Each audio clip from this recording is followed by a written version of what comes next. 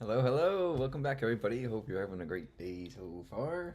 Um, Today is December the 19th, Thursday. Feeling good, feeling good. One day closer to the weekend here. Really looking forward to it. Really looking forward to getting a break, getting able to sleep in, and getting able to code some more, learn some more stuff this weekend, and at least having some more time to hang out with you guys. So I'm so happy you guys are here, and hello, Dastio. You're so fast. Welcome. Thank you for coming and hanging out tonight. How are you doing?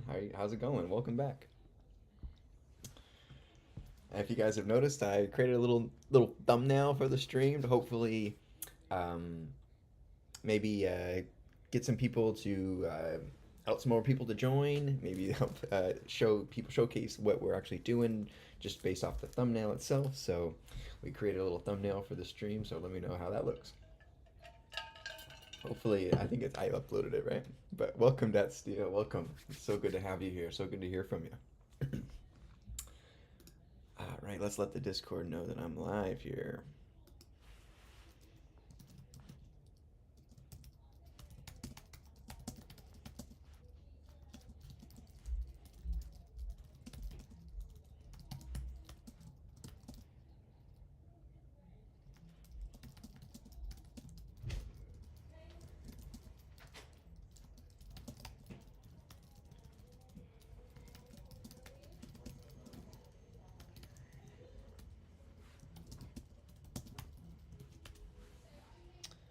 All right.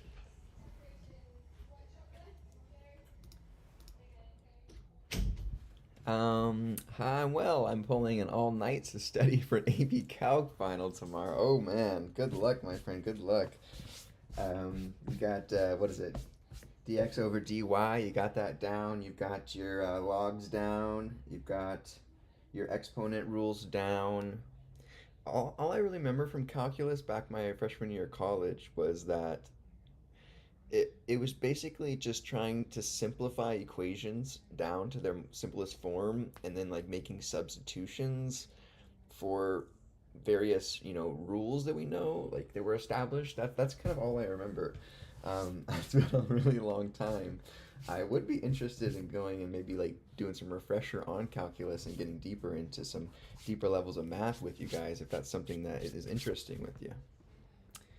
Sorry, it's cleaning off my desk thing. It's a little bit fuzzy here. That's that noise. Hello, Wing Hong. I appreciate you coming back. Welcome. It's so good to hear from you. How are you doing? Toast Dev, you as well. Welcome, welcome. Gosh, you guys are so awesome joining back again. Kai, welcome again. You are so great. Thanks for coming back and joining today. Can't stay for the whole time, but stay for a good bit. No, no worries. Just you coming in and saying hello, it just means the world. Stopping in with any amount of time. Time is valuable in our day and age, right? So any amount of time is, I'm so grateful for, spending out, hanging out with me, supporting. That's so awesome. I'm wanting to go deep into math. I'm almost done with Algebra 2, ready to get to calculus and some discrete math.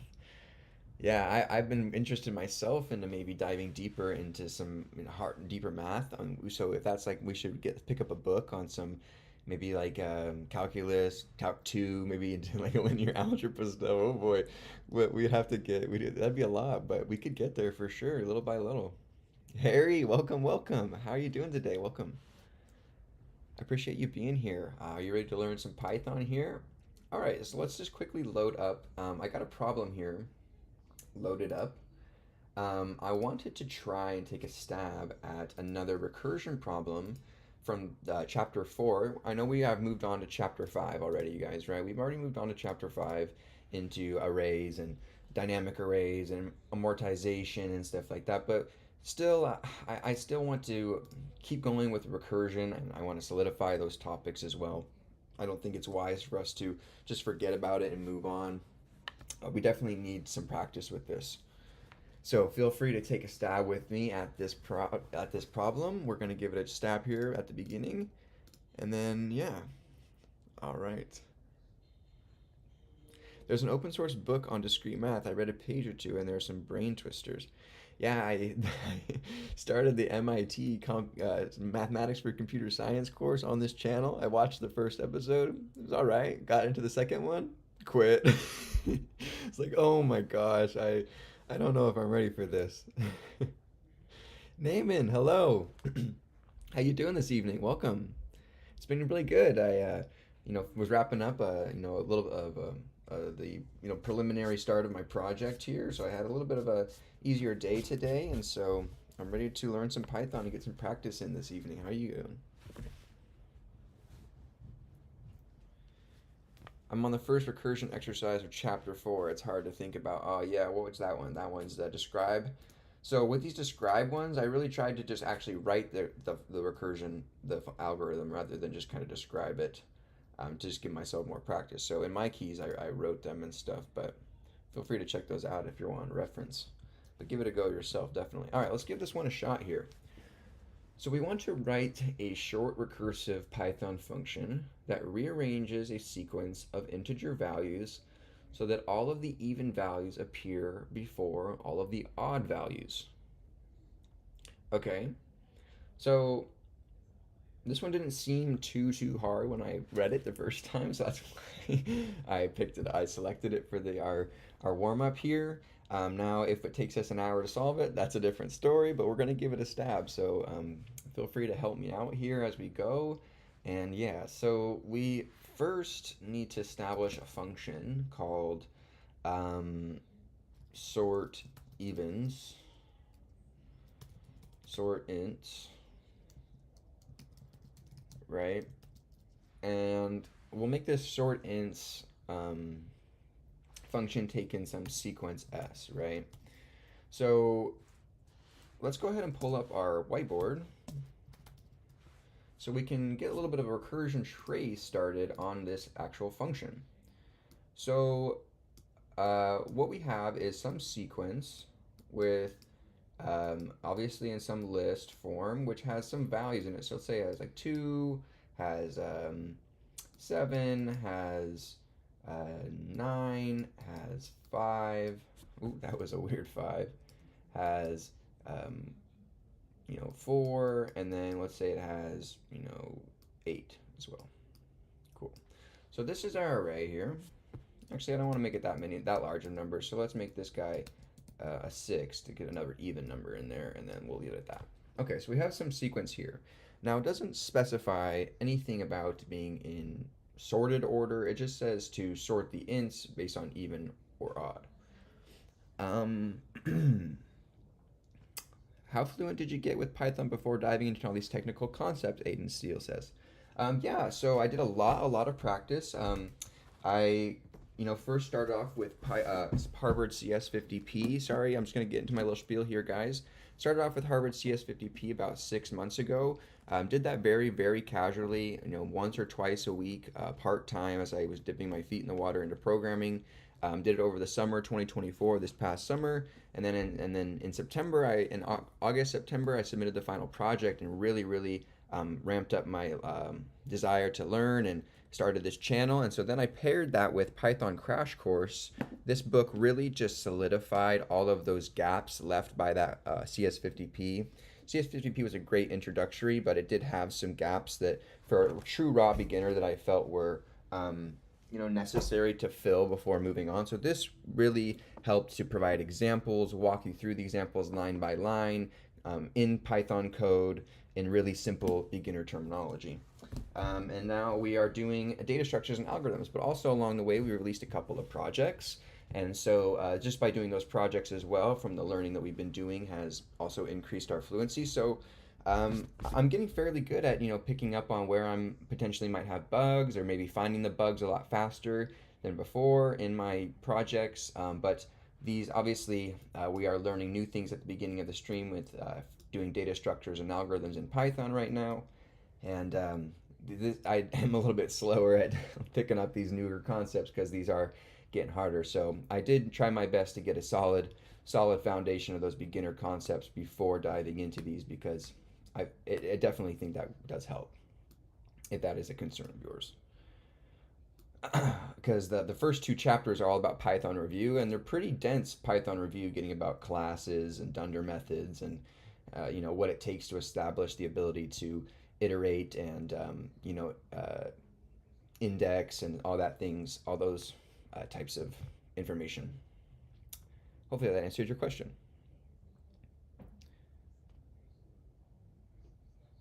I'm powering through the book, but it's a lot maybe because of the math. Yeah, exactly. It's a lot of math.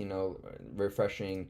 Your pre-calculus is pretty handy for this book as well. Just uh, asymptotes, functions, logarithms, exponents, how those affects graphs, all those types of review for like pre-calculus review would be great. Anyways, let's continue on here. So we have some sequence here, right? This has a length of 4. So this is going to equal our n. We have 4 data points in this string, or in this sequence, right? So I'm going to call my sortInts function on 4, right? We need to pass over every value in this list and determine is it even or odd, just like we would with a for loop. But we're using recursion in this case. So we're going to lessen this string by, or this sequence by 1 every single time. So this is going to recurse down to si, or sortInts of 3. This is then going to fall down to and call itself in the next recursion sequence layer of sortInts on 2.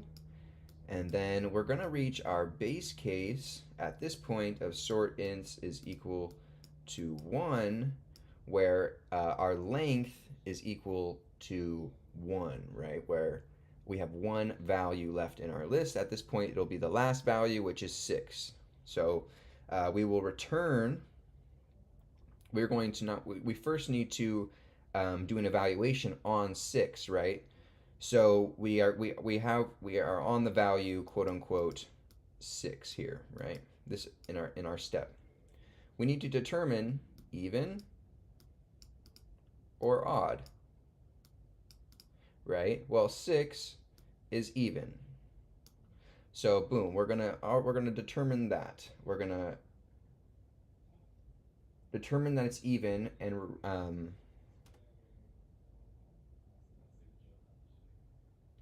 so the thing is do we want to determine if it's even, or do we want to return the value first?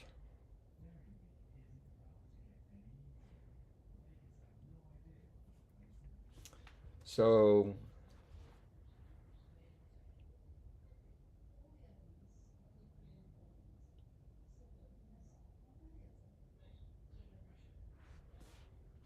if we return the 6,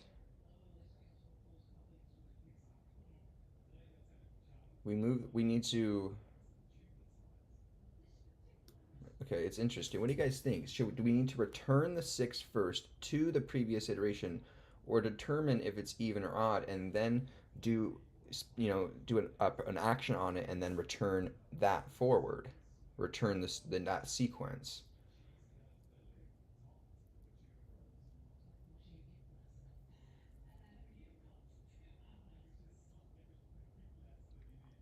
Hmm. Interesting. Might be a little bit tricky, more tricky than I thought. So let's see here. We have some sequence s. We're gonna have n variable equal the length of s, right? So n is going to equal some length of s. We then need to determine our base case if n is equal to 1, meaning that we have 1 value in our list. We need to return the last value, the only value remaining in the sequence. So return s at index 0. Okay, that's our base case. So we are returning that last index immediately to the previous iteration.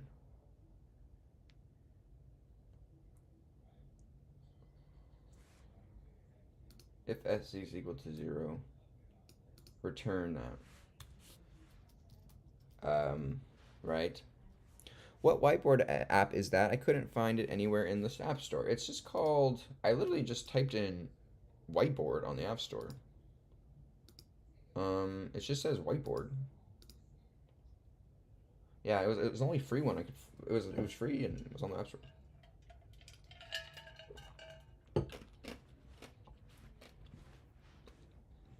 Okay. So, do we need do we need to do the evaluation? Okay, so if we reach our base case, we return that. So else, right? What do we need to do? Well, we will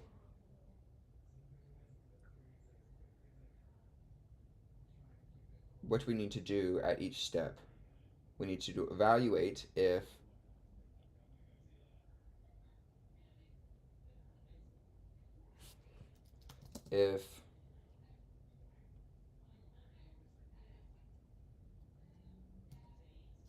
s at index value n modulo 2 is equal to 0, meaning our number's even, we are going to take s at index n and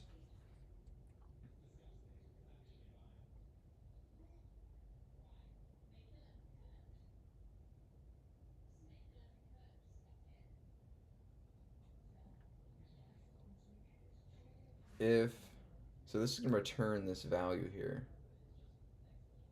So if s at index n is equal to modulo 2 remainder 0,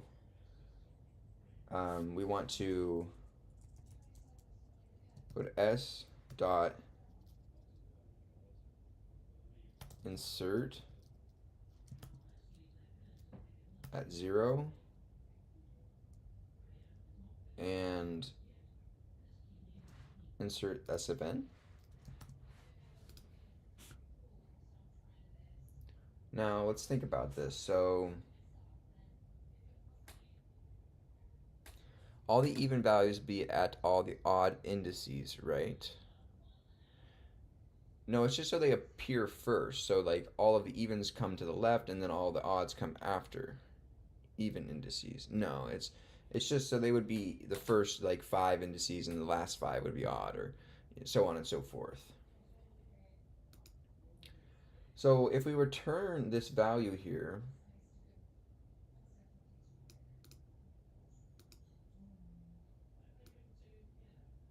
insert at 0,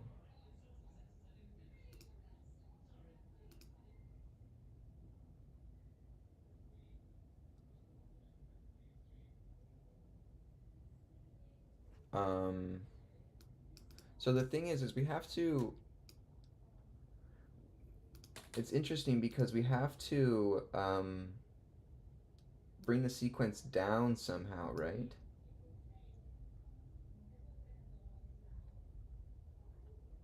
So we have to either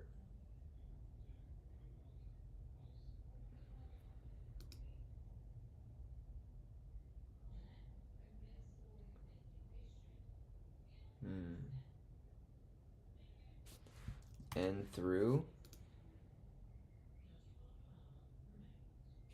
no, because that'll access the last item because technically the length is correlating to the last item in the list. So we wouldn't want to do that.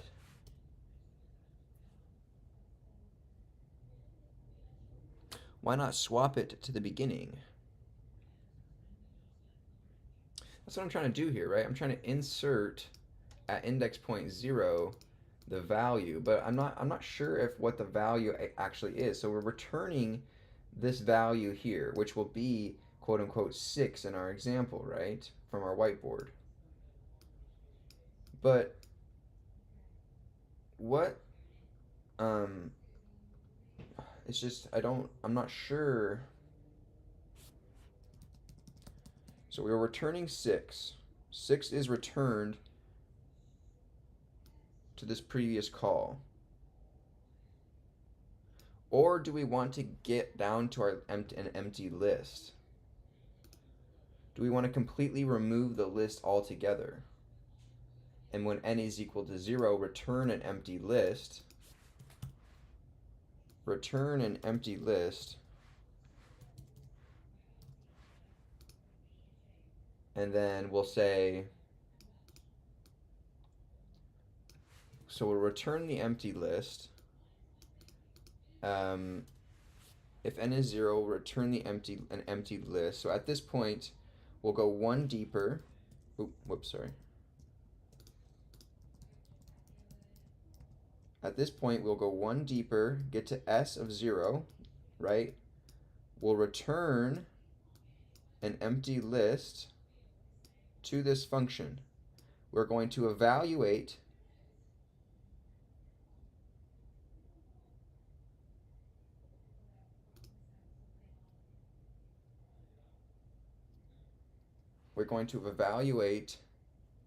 if this number is even or odd within this index, right? So if s at index n modulo 2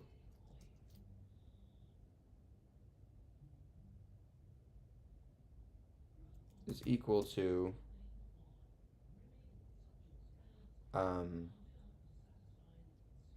0, we want to take s at index n,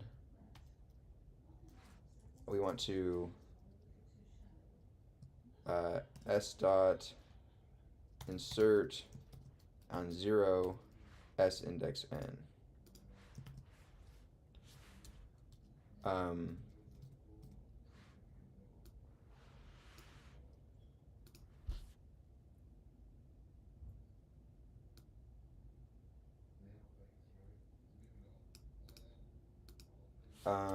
Else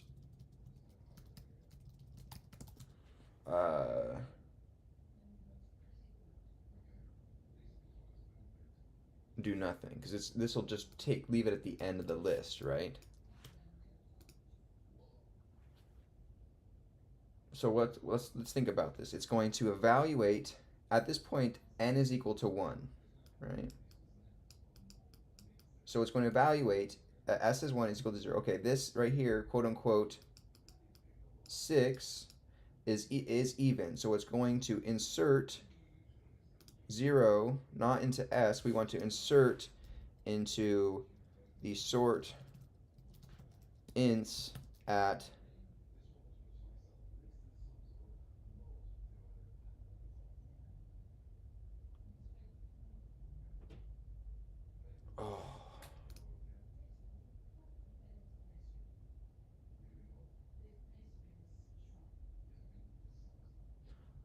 no, because this is gonna else. So right, if our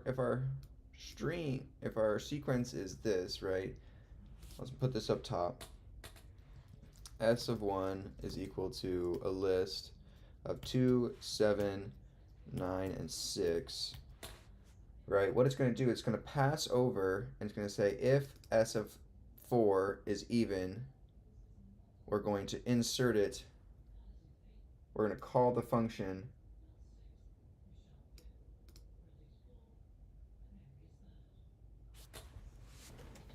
even or odd condition, it must be checked at the base case and then add to the new variable, let's say output. Okay, so it has to be checked. That's what I was thinking, because we can't check it at this point, right? It has to be checked at the base, because that's exactly what I was getting, is that we're going to skip over this and start checking s of n at this point. So we can't do that. So let's just say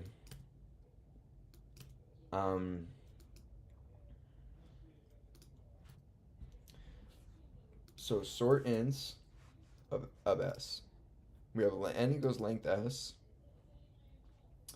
If n is equal to 0, if n is equal to 1, we need to check s sub 0 if f sub 0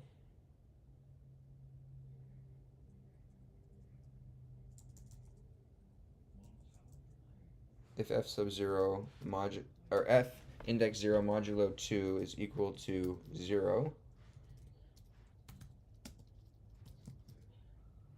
right? We're going to say, um,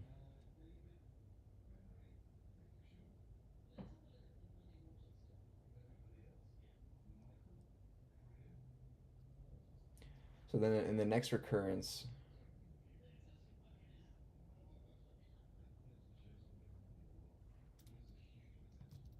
return,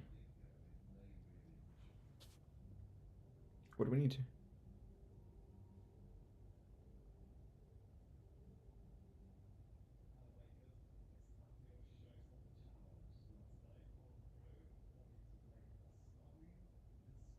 If n is 1, we just return the number. So, but we need to check the base case, I thought. Someone suggested checking the base case. So here we're just returning s of index 0, right? So if we're not going all the way down to s of 1, or s of 0, sorry, we're not returning an empty list. We're return s of 0.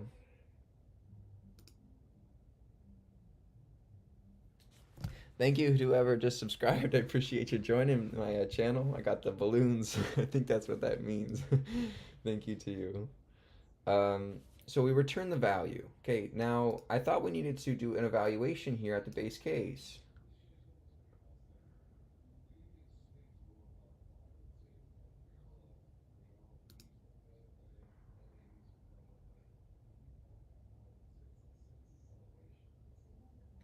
So else we need to call sort ints in some fashion for s with a slice 1 through, right? So we need to return this in a list form in order to receive this value. So this will be so s sub 0 will be received into here.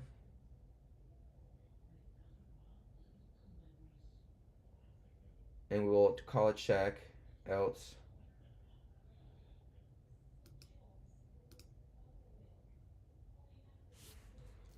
if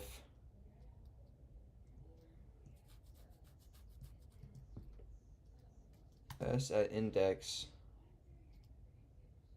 So where do we do the check at? That's what I'm trying to determine, is where are we doing the check to see if it's even or odd. That's where I don't know where to put. That's often where I struggle, is I don't know where to put the operation to, which is probably the whole recursion, honestly, but that's where evaluate with the output variable. Evaluate with the output variable of the first value if it exists.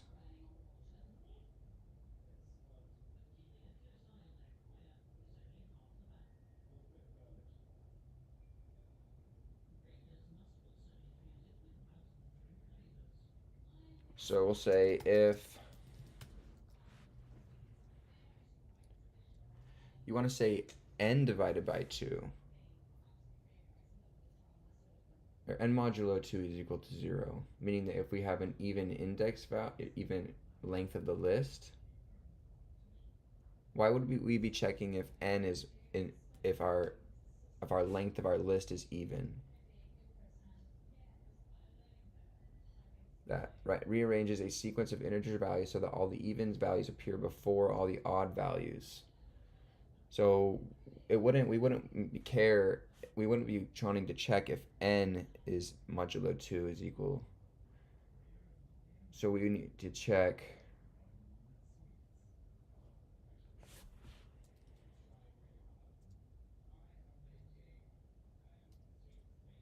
so obviously if something modulo 2 is equal to 0, right, we need to return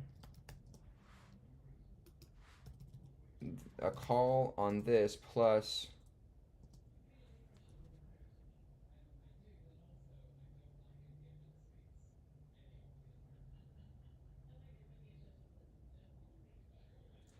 if s of index 1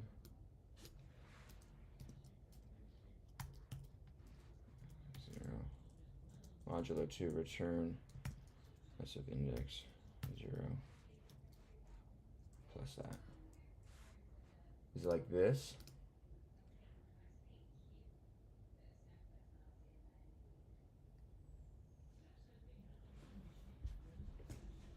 So S of index 0, this would make sense to me. So it's kind of like what we were doing earlier. So we're returning that single value, that first value in the list, like initially that's created, and then calling the sort again.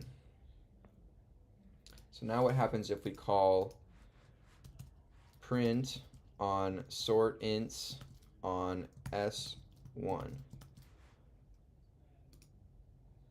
Okay, unsupported operand type plus for int and none type.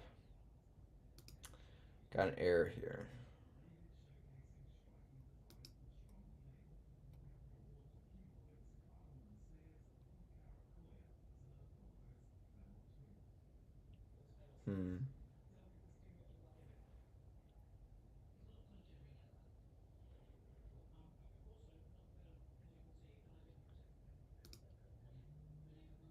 So you call a list on this is what you're calling? Can only concatenate list, not type, not none type to list. So this is receiving a list.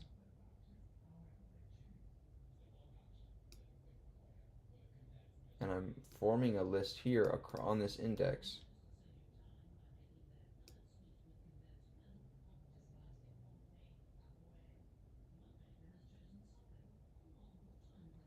If n is 1, you can just return s. So return s, the sequence, right? That gives me a none type as well. This gives me a none type, an int and none type.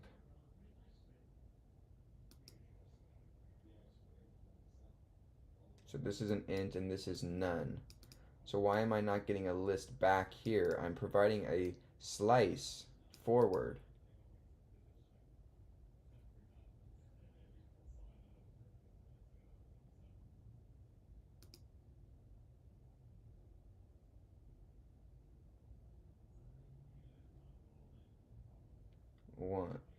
One.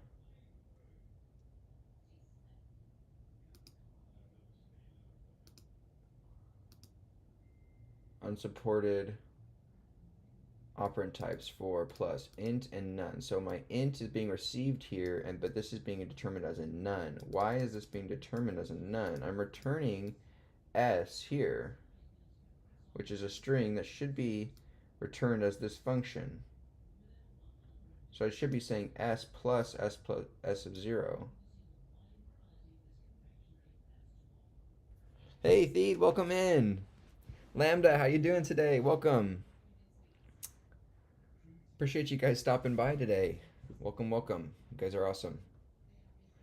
Round of applause to you guys for being consistent and sticking with the learning here. Okay, so why are we getting a none type for this?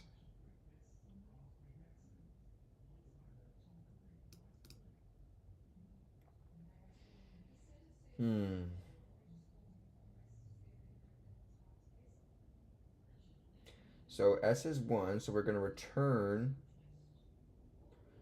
So at this stage we have s of 4. At this stage we have s is equal to 7, 9, 6. Right? We're going to do a check and say if f of 0.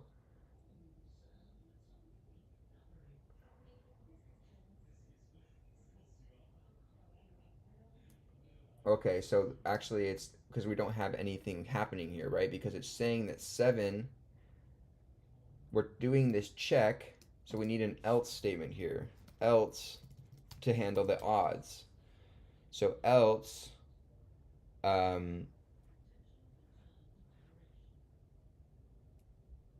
just call sort ints of s index 1 through.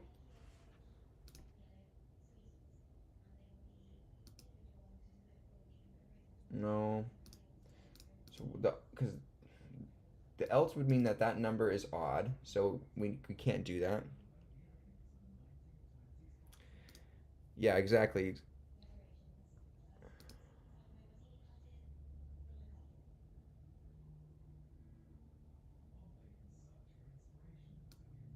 Sort. So if it's odd,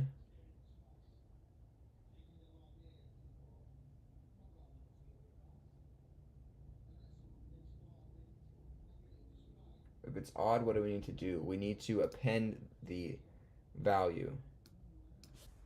So do sort ints of s through 1, or s index 1 through, and we'll say um, dot append, and we'll say s of index 0.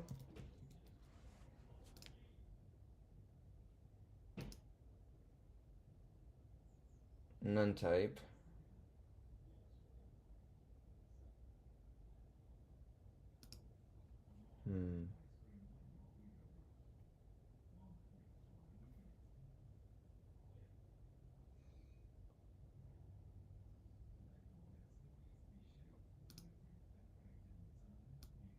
Sort ints plus s of 0.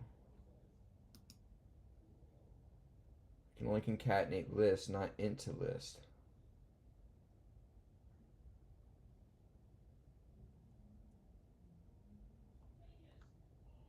You can only concatenate list to list, not int. So this is giving me a list back. Ah. So what if I just call list here? What happens if I get that? Int object not iterable.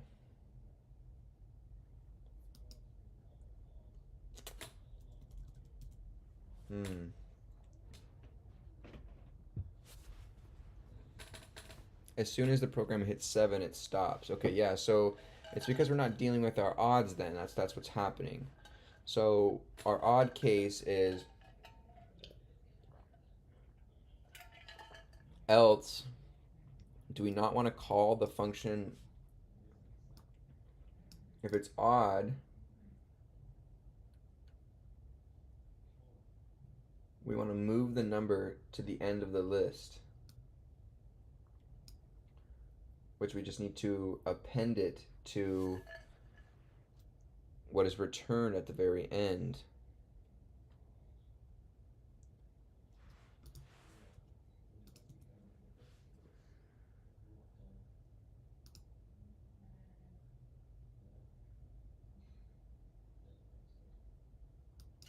No. Interesting. So, come on. Think. Else we call the function sort ints. How can we not just dot append here? Did we already try this? I thought we already did. Attribute error. None type object has none attribute append. So this is what the problem is. This is giving us a none object back, because we're returning an object with only one list, with only one number in it, and we can't go forward.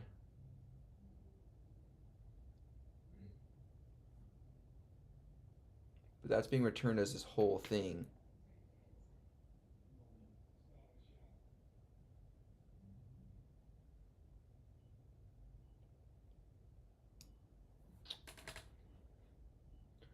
So if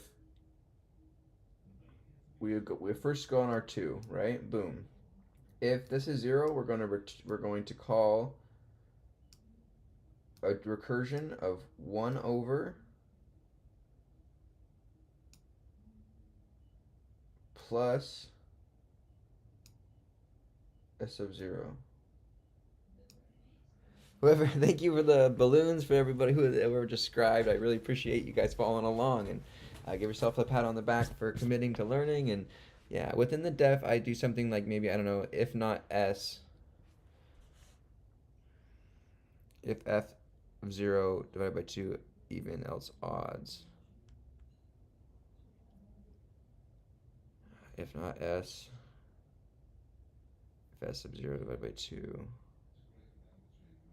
is equal to 0, modulo 2 even, odds. Yeah, that's interesting as well. Okay, so let's go here. Let's take our problem here.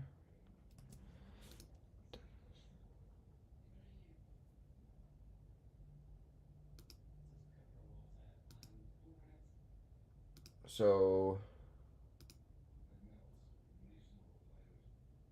you want me to list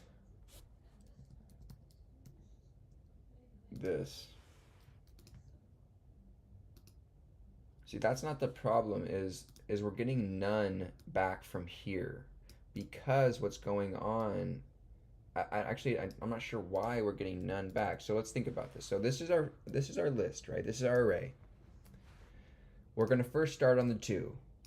Okay, we're going to say, okay, we're going to take the length, it's 4, okay?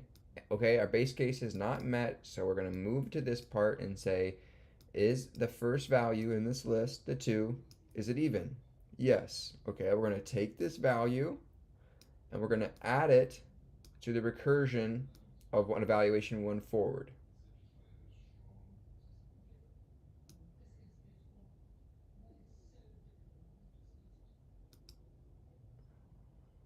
So we'll say sort ints 1 forward dot insert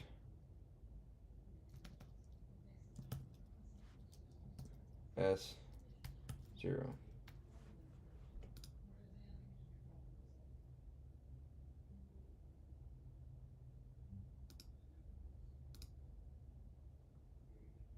What's going on here? Why am I getting an error here? What am I missing? Oh, a string. Okay.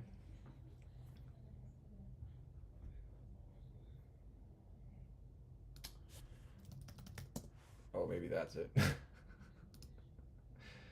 No, that's obviously, yeah, okay. So we need to return the else statement. So we're going to call it, and we're going to insert the first value at this call.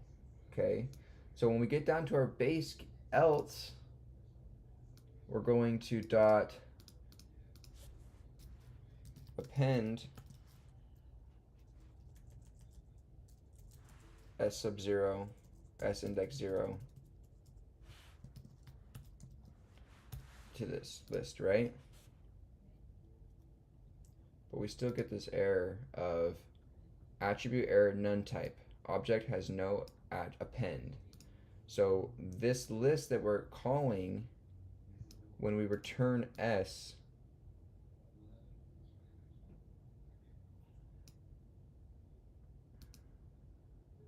so what if I call just a wrap s in a list? So that's not it. None object has no attribute append.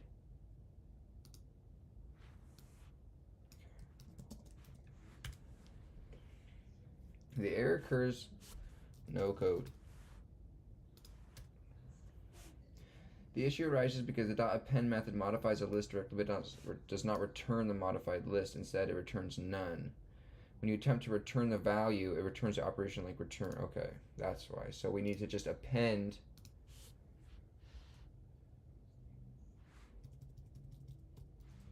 this and return. What do we return?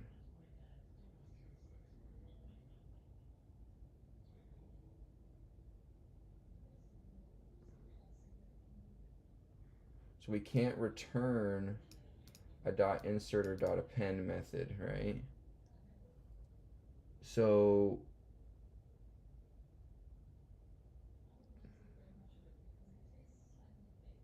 we need to do the operation on the list and then return what? What do we return? We need to return equals n? And equals like some variable m? Doesn't return anything though.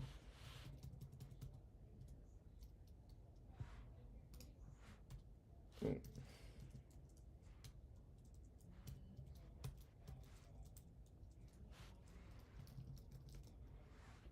Right? It doesn't return anything though.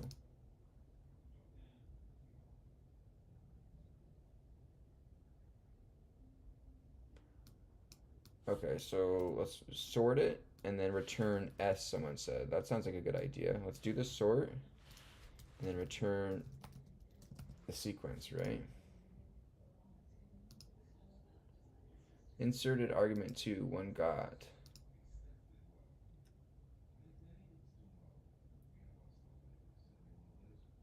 What?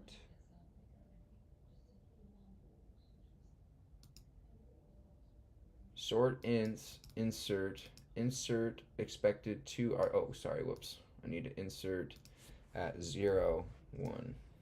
Yeah, there we go.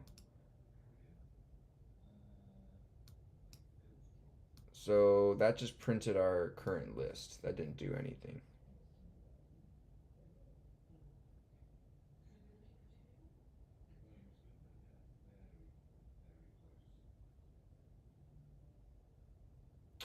Huh.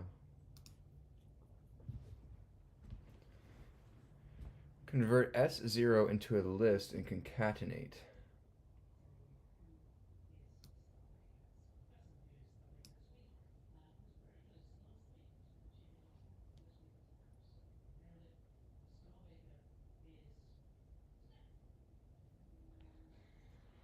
Okay, so if we, rather than calling the insert methods on these,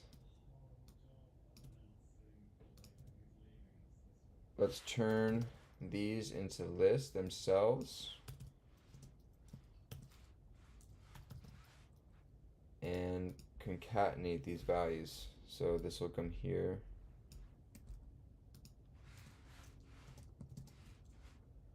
And we return this value here instead. Ooh.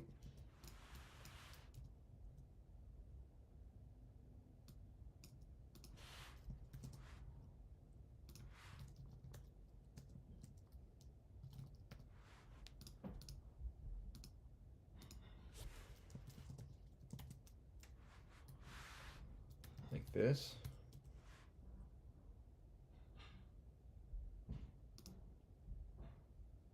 So now we get int object not iterable.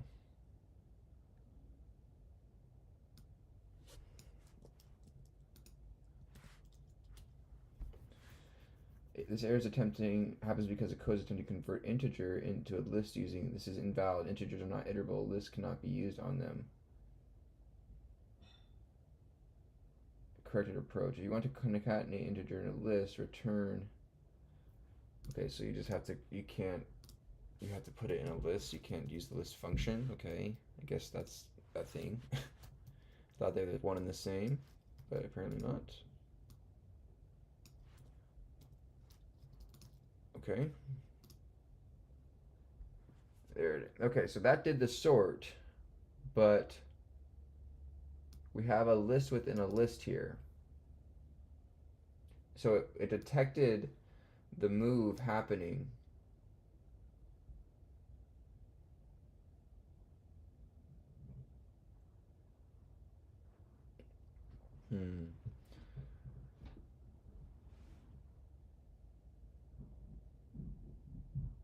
Oh, because we're returning list S here. We don't want to return list S. Boom. There we go. Woo, we solved it. There, we got it. Let's go. Nice. Round of applause to you guys. Thanks for helping me out there. Woohoo! Okay, let's add in a bunch of integers here. 5, 3, 7, 8, 4, 5, 3, 2, 1. Okay, let's run it. 2, 6, 8, 4, 2, 1, 3, 5, 7, 3, 5, 9, 7. Woo! Come on, give me the fireworks. Come on, give me the fireworks. Where are the fire? There they are. Boom. Okay, so let's go over what we did. Okay, so for this algorithm, so we need to determine, we first are taking in some sequence, right? Some sequence S, big S. We are going to find and take the length of the sequence to find out how many data values are in there. So n represents just how many data values are in there at that current recursion. So if n at that current recursion is equal to 1, meaning that our list has one data value in it, we're going to return s that whole entire list, right, with the one data point. Okay, so else, so let's just take this example. We're going to go to our 2 here. We're going to say, okay, our list has a lot more values in it. It's not n equal to 1, so we're going to move to our else statement. We're going to say if that number, s sub 0, the first number in our list, is modulo 2, meaning that if you divide it by 2 and the remainder is equal to 0, meaning that is an even number, we're going to return that value in a list form and append it to, or like concatenate it to, the rest of the list. We're going to call this function again to the rest of the list, right? So we're going to have a list 2, and we're going to have a list 7 onward, and we're going to concatenate them. So the 2 is going to be at the beginning, right? It's an even number. Okay, and that's going to do that. So now we're going to go into the recursion and go forward, okay? Boom, now we're on this 7. One from our original list, 1 over. Yeah, let me make this full screen. So now we're on this 7. So now we're saying we still have more values than 1 in our data set, so we're going to move to our else statement. Okay, this failed, right? When we have a remainder of 1, not remainder of 0. So, or what, remainder of, sorry, what, 0.5? No, 1. Yeah. Remainder of 1. So we have to move to this else statement. So we're going to return the next portion of the list from 9 forward plus that 7 at the end of the list in a list form, right? We're converting it to a list using these brackets outside so we can concatenate 2 lists together. Okay, we're going to move on to the 9 now because we called this function, right? The 9 is not even, so we're going to have this else statement. We're going to move the 9 to the end as a list and move it to the end. So now that we just move the 7 to the end, put it in the list. Now we're going to take the 9, move it to the end, put it in the list. Right? Now we hit this 6. Okay? So we hit this if statement, we pass, we move into this return statement. We return that 6 in a list out front, and we return the rest of the list from 5 on after that. Right? And we do that all the way down until we reach our base case, which happens to be 1 for the last data point, but I'll just make this 3 to make it less confusing. And n equals 1 means that there's 1 data point. N is represent the length, not the actual data point in this. So I changed that to 3. It doesn't matter. So n is equal to 1 at this 3. We're going to return the 3 in the list form, and then it's going to unwind all of these functions. Remember, and we return. So that 3 gets put back into here. Boom, that s sub 0 that was stored gets concatenated onto it. Boom, and it all unwinds and concatenates all those values to the end of that list that was that empty list, or that 1 value list returned, and we get our final answer of this. Boom. Where'd it go? There it is. All right, perfect. Woo, we did this one. Let's go.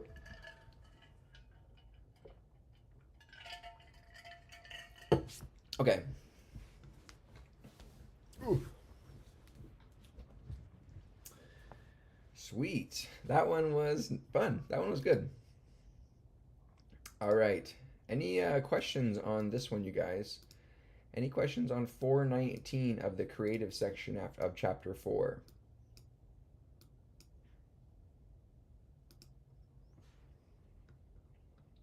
That was 419.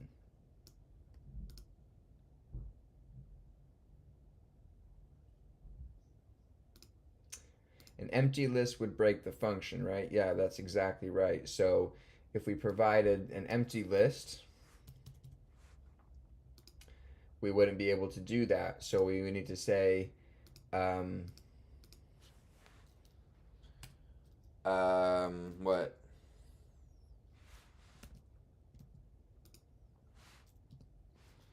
If n is equal,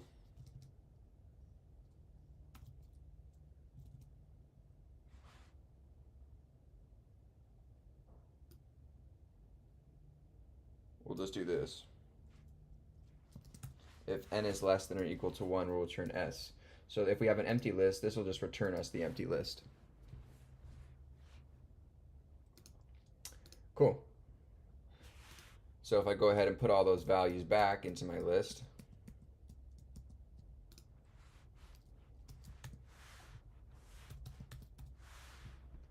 right, we still get that answer. Perfect. So what I did is I made n is less than or equal to 1, and we returned that. So now if we have no numbers in our list, we would just return s here as our empty list, right? Meaning just empty list.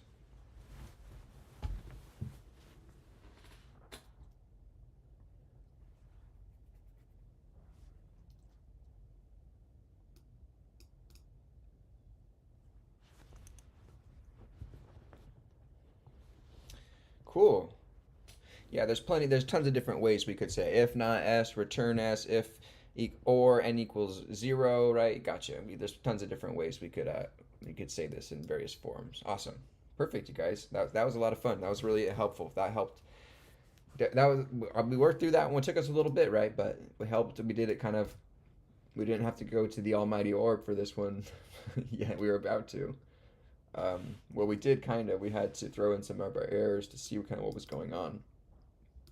Okay, let's jump back into chapter 5 here, you guys. We were just getting into 5.4. Wing Hong says, I'm horrible at recursions. I watched a few videos, but I still can't handle questions. Yeah, I'm right there with you. I've watched quite a few videos so far, and they all just say the same thing pretty much. Oh, it's just a function called within itself, but they provide you the little Fibonacci example over and over and over again, but that's really it. They don't give you anything else regarding, details or the inner workings for other examples. It's pretty vague, and they all say the same exact stuff. So that's why I have this channel, hopefully, so we can work through these problems together from a beginner point of view and really grind them out, because the resources out there just aren't that great that I've found so far. I don't really have a tip for thinking about them. I'm still trying to grind them out myself. I mean, I'd use the whiteboard, use AI to help break things down with the errors, but try to keep it so that it's, you know, not like giving you answers. I always say, don't show me code, like, all that kind of stuff. Okay, we were on 5.4 now.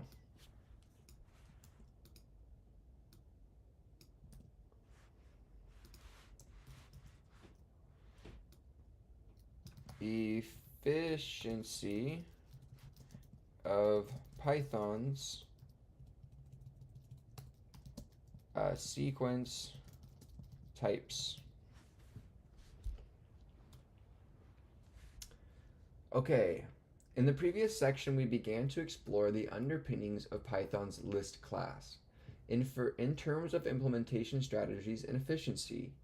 We continue in this section by examining the performance of all of Python's sequence types. Python's list and tuple classes. So we have list class, list, and tuple classes, right?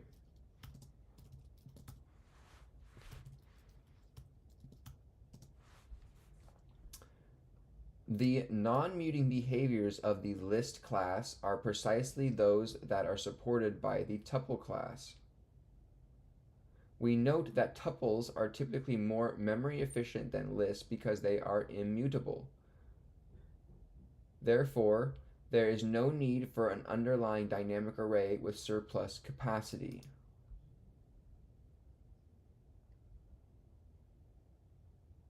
The non-muting behaviors of the list class are precisely those that are supported by the tuple class. We know that tuples are typically more memory efficient. So we'll say tuples are typically more memory efficient due because they are immutable.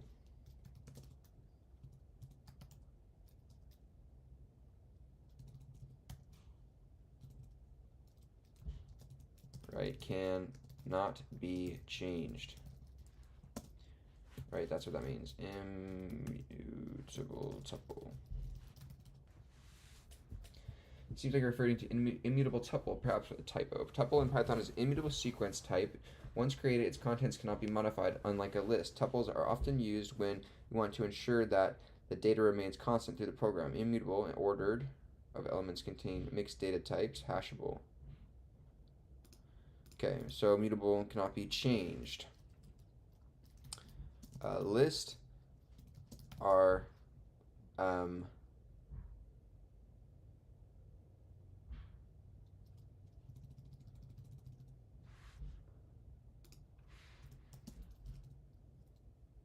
okay, cool.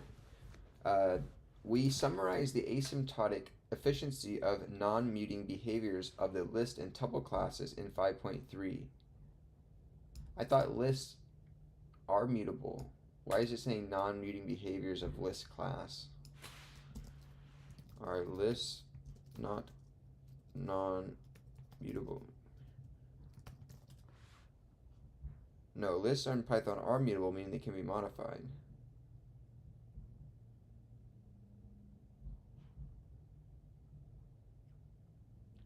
Yeah.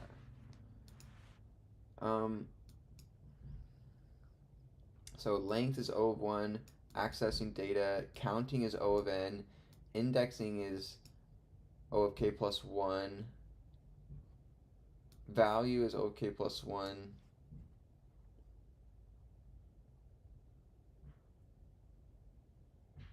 Interesting. Okay. Asymptotic performance and muting behaviors, got you. Constant time operations.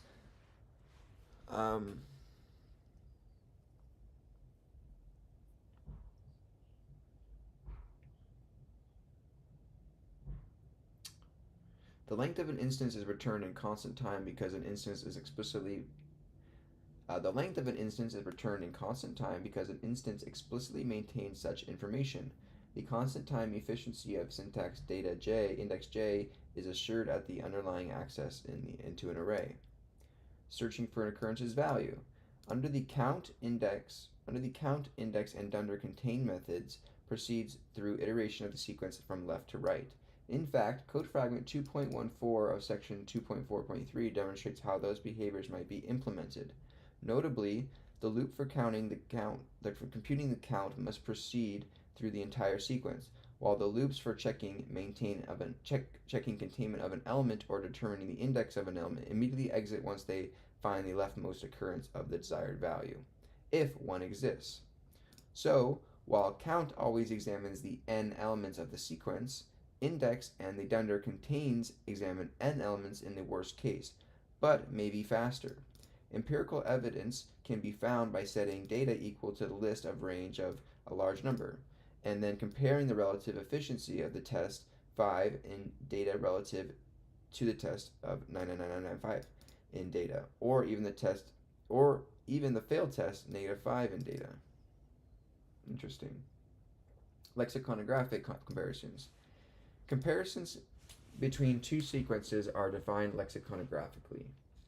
In the worst case, evaluating such a condition requires an iteration taking time proportional to the length of the shorter of the two sequences, because when one sequence ends, the lexiconic result can be determined, right? Less than or greater than. However, in some cases, the result of the test can be evaluated more efficiently. For example, if evaluating 7, 3, dot, dot, dot is less than 5 because it's clear the result is true without examining the remainder of those lists because the second of the left operand is strictly less than the second element of the right operand, creating new instances.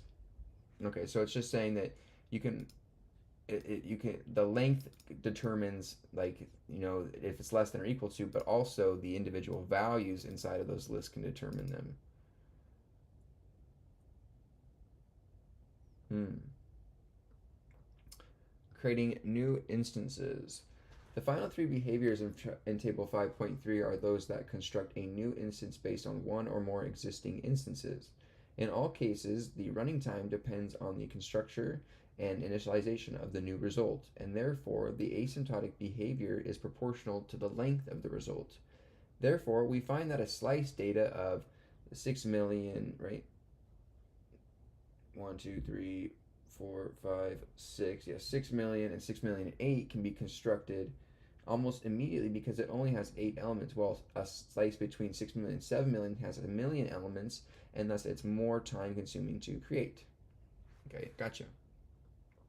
The efficiency of the muting behaviors of the list class are described in Table 5.3. The simplest of those behaviors has syntax data at index j is equal to val, and is supported by the special underSetItem method. This operation has worst case O(1) running time because it simply replaces one element of a list with a new value. No other elements are affected and the size of the underlying array does not change.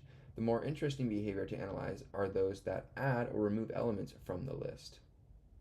Right? So when you insert, you do n all the way n minus k because you go up to the k value plus 1 to insert it at that point. Pop would, you have to find that value at that data point and shift all your n values down, so it would be reduced by that index value. Same with the delete. So extend data 2, or incrementing 2 lists together, or 2 data points together, would run in O and squared time.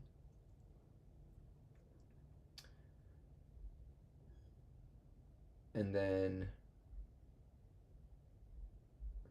the reverse is just as n, and then sort is n log n. Interesting. Okay.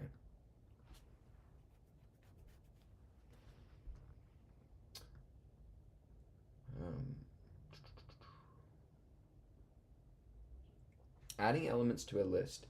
In section 5.3, we fully explored the append method. In the worst case, it requires omega n time because the underlying array is resized, but it uses O(1) time in the amortized sense. In the worst case, remember from yesterday we talked about how arrays or lists, right, in terms of hardware, are dynamically processed, where once we reach a certain point within our append, the system or Python will reserve additional space in memory to house additional appends to that list. Now, once we reach that limit, we obviously have to create a new list object instance that is larger than the current one by some factor, and then swap or put all those values at those same index places and just continue on.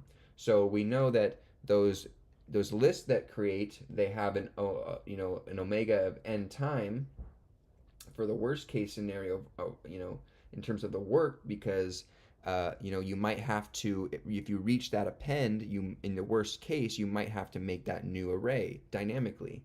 But we learned about the amortized rate, where the kind of average of the overall amount of operations in the function, right? We know that the amount of appends that takes place kind of outweighs the overall time it would take to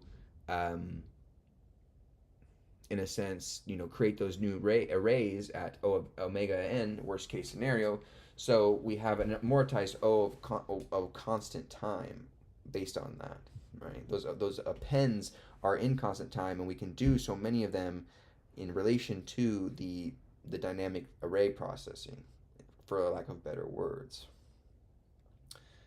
Okay. The other expense for per append, yeah. The other expense for the insert is shifting of elements to make room for new item. The time for um, so this is our function for insert, right? We have we take in the instance itself, we have some k integer value or index value that we, place uh, the desired value at. So we'll say if, um, no, the length of the instance is equal to the capacity, meaning that we have to then create a new dynamic array. We're going to do that. We're going to resize and create a new dynamic array twice the size of the original capacity. Else, we know we have room in our current array. We don't have to dynamically create a new one. So we are going to iterate over the range values to determine an index at j. So for j index in the range of from uh, n, self n. So this would be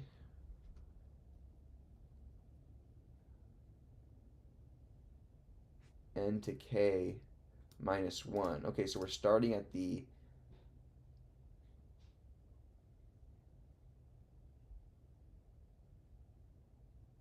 and we're starting at the max. We're starting at the length, and then going backwards up to through k, and so then we're inserting um, the value here. No, we're inserting. Interesting. So we take the range, shift the rightmost first. What does A represent? Just some list. The list at index j, j minus 1.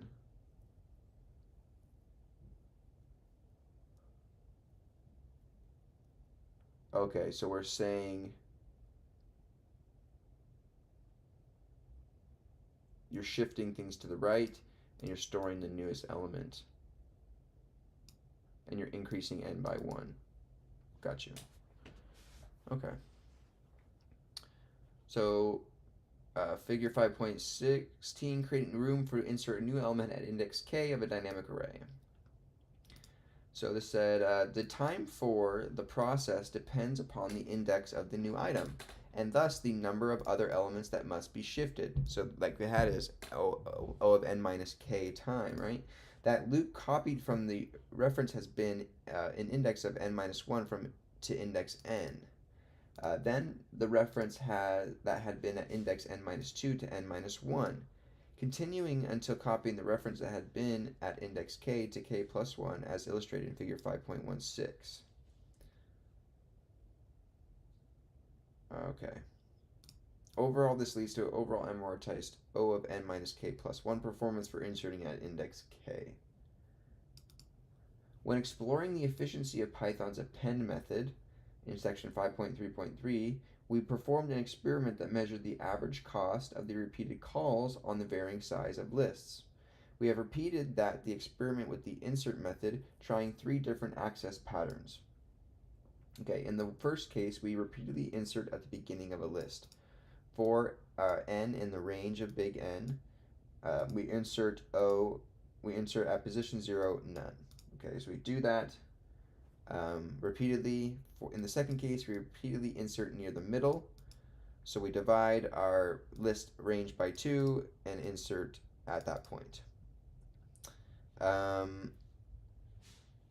In the third case scenario, we repeatedly insert at the end with the insert at the total length of the list with a none value. Okay? The results are as follows. The results of the experiments are given in table 5.5, reporting the average time per operation, not the total time for the entire loop. As expected, we see that inserting at the beginning of a list is most expensive, requiring linear time per operation. Inserting in the middle requires about half the time as inserting at the beginning, yet still omega n time. Inserting at the end displays O1 behavior akin to append. So if k is equal to 0, meaning we insert it at the beginning of the list, for 100 items, this is how long it takes. But for 1,000,000 items, you have to, go all the way to the beginning of the list and insert it there. Okay. But if you're doing an insert at the end, right, which is equivalent to the append, things just run in constant time. You can just throw that in there. But you do have a worst case omega n because you might have to dynamically create that new array. All right.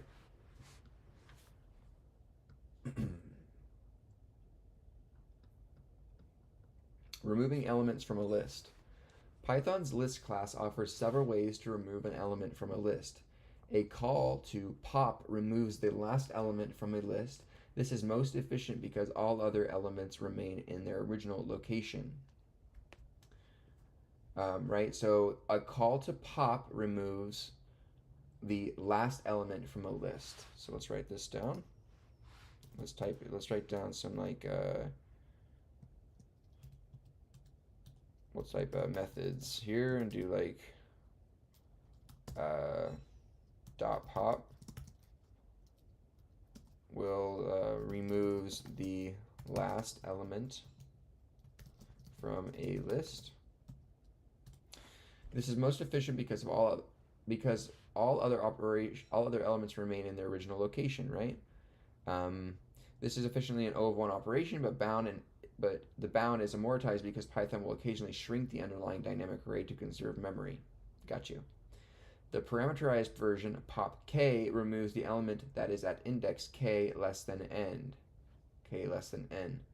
For a list shifting, okay, so then dot pop_k removes the element at index k, where k is less than n.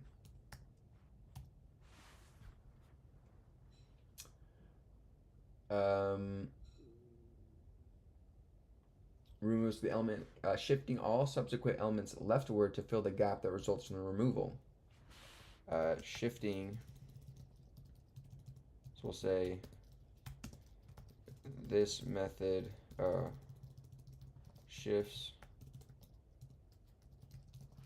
all elements to the left, big O n minus k.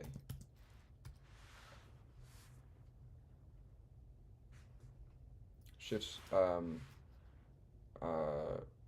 remaining rightward elements to the left to fill the gap.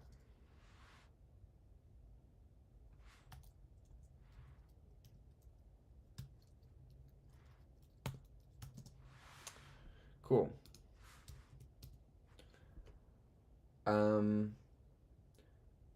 The efficiency of the operation is O of n minus k, as the amount of shifting depends on the total of the choice of the index k, as illustrated in figure 5.17.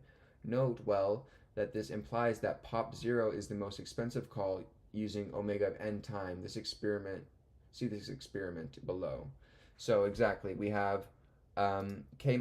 This would be the pretty much just the pop method of just pop with no put in of n minus 1.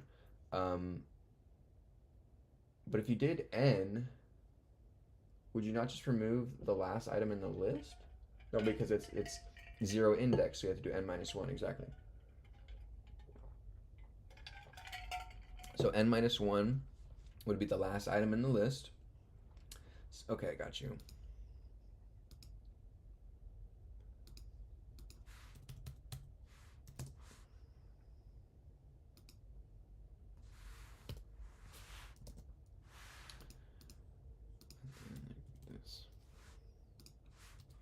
Okay, got you.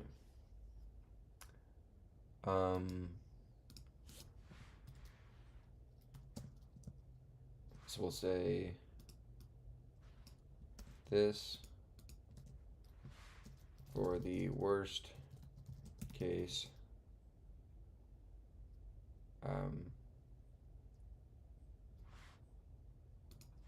pop 0 is results in omega n for the worst case, because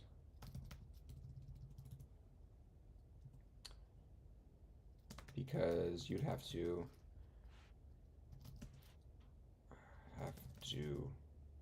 pass over all values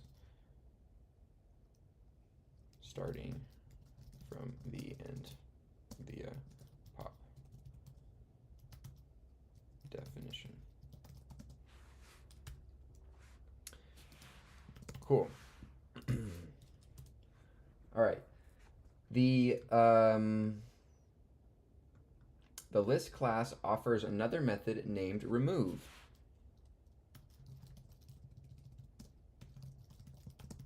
Right? This allows the caller to specify the value that should be removed, not the index at which it resides.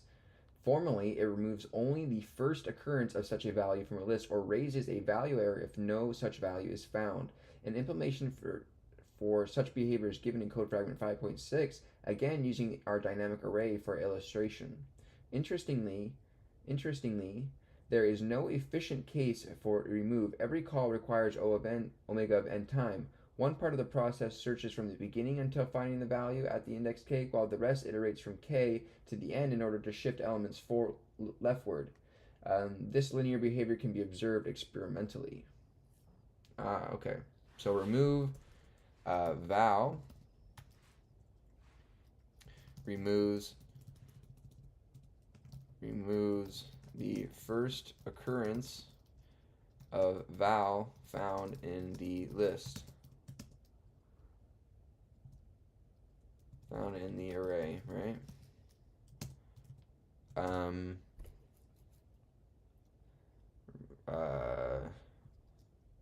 We'll say that this one has an omega of n for the worst case as well.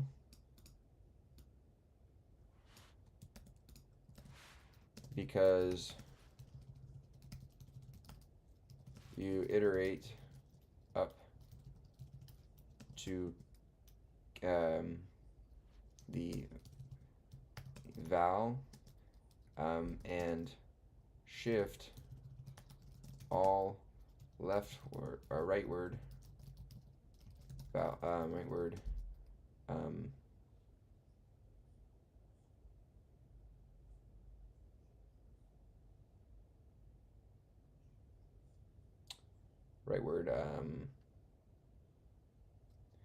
values to the left to fill the gap. Right? Perfect. So we have this remove, which takes in the value itself, right? And we have to provide some value to remove. So we also need to say raises value error.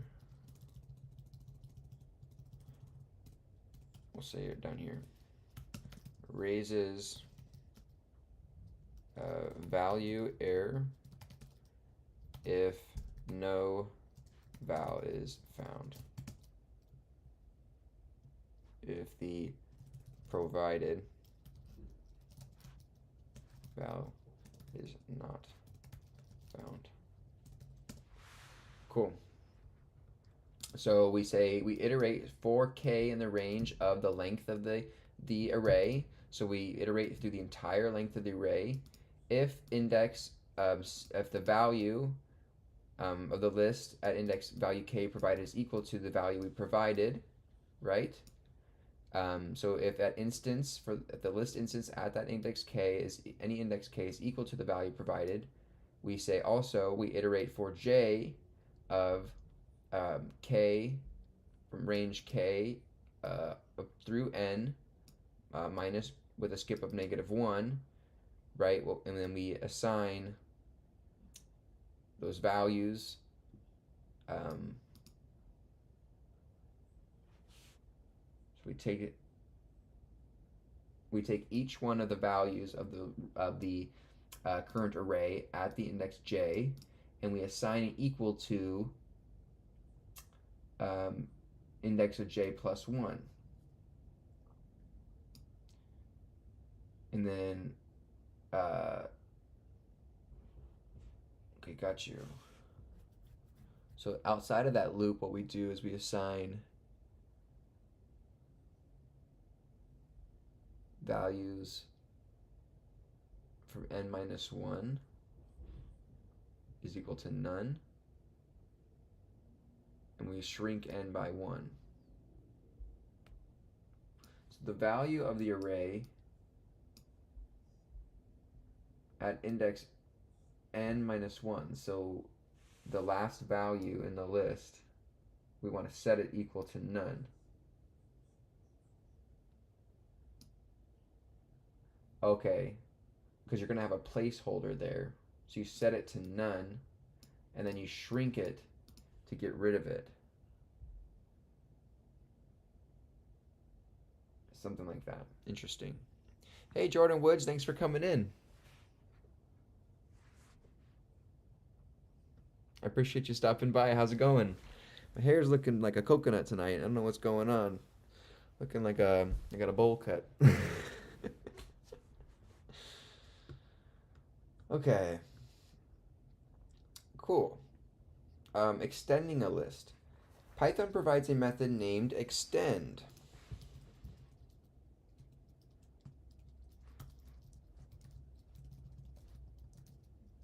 Or dot extend. Python provides a method named extend that is used to add all elements of one list to the end of a second list. In effect, a call to data.extend other, in Python provides a method named extend that is used to add all elements of one list to the end of a second list. In effect, a call to the data.extend other produces the same outcome as the code in for element in other append each element. In either case, the running time is proportional to the length of the other list and amortized because the underlying array for the first list may be resized to accommodate the additional elements. In practice, the extend method is preferable to repeated calls to append because the constant factors hidden in the asymptotic analysis are significantly smaller. The greater efficiency of extend is threefold. First, there's always some advantage to using an appropriate Python method because those methods are often implemented natively in a compiled language rather than as interpreted in Python code. Second, there is less overhead to a single function call that accomplishes all the work versus many individual function calls. Finally, increased efficiency of extend comes from the fact that the resulting size of the updated list can be calculated in advance. If the second data set is quite large, there is some risk that the underlying dynamic array might be resized many times when repeating the calls to append. With a single call to extend, at most one resize operation will be performed. Got you. So what it's saying is that if we decide to extend a list by concatenating two lists together, essentially original list and concatenating a new list to the end of it, thus extending it, it is better to just call the extend method than running a for loop and appending every single one. Now they essentially have like the same. They have preferable. So it's just preferable to do the extend because you're just doing one function call rather than for n function calls, right? Proportional to each value of n you're adding in the other list. So this concaten, how do you spell concatenates? Concatenates, I don't know. The word you're looking for is like concatenates.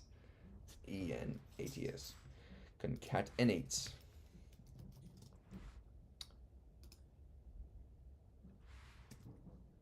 Concatenates the other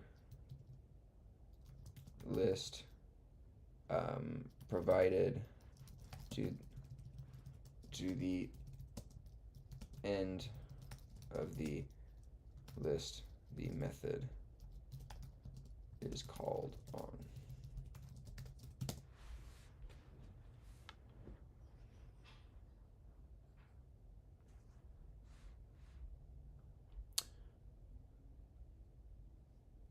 Hey Hong, I appreciate you stopping in.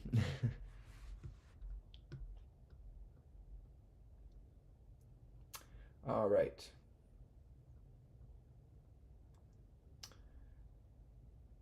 Cool. So,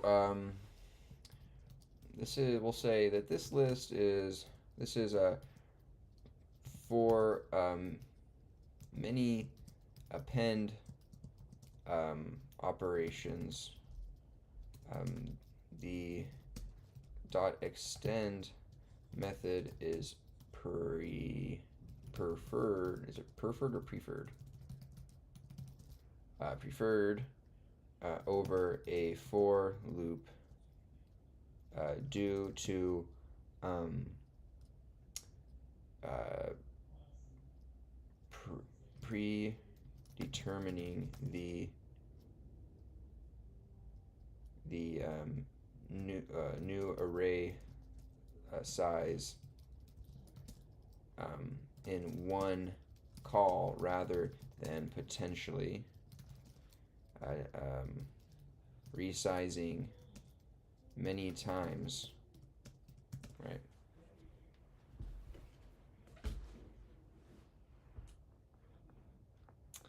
For many append operations, the .extend method is preferred over a for loop due to predetermining the new array size in one call, and one .extend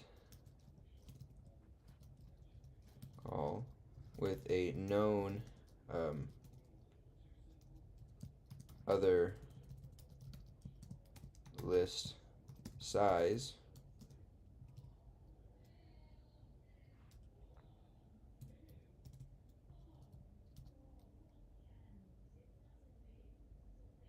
okay, hold on real quick.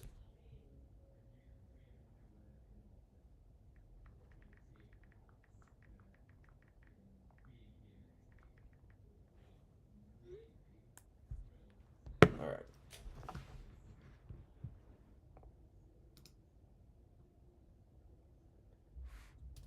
All right. Let's keep moving here. Let's just finish up this page here and get into 542, and then we'll take a stab at the small business manager and see if we can get a little bit of work done on that. I want to show you guys a few functions I wrote and implemented and refactored actually. I had some time after work today, and I before I got on stream, and I kind of just hopped on it really quick and did a little bit of work. And so my stream is lagging a little bit here, but hopefully it's not too bad. Let me know if it starts getting real bad. Okay. Whoops. Whoops. Come back. Stop doing that. There we go. Okay. Um,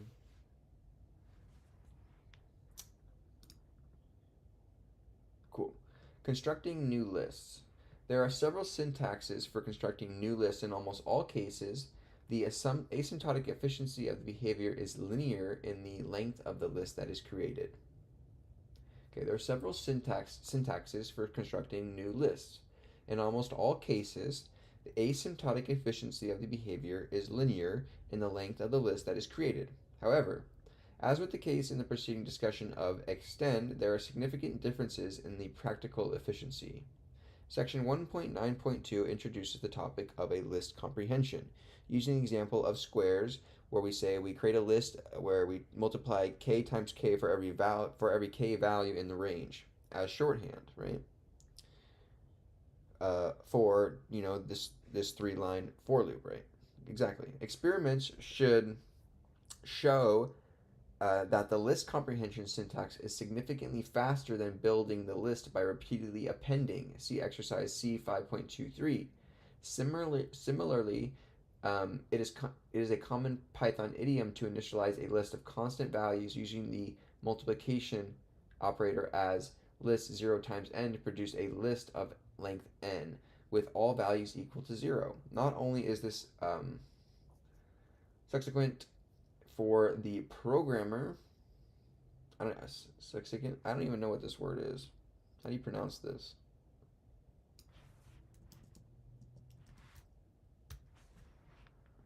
Expressed in a clear, concise manner.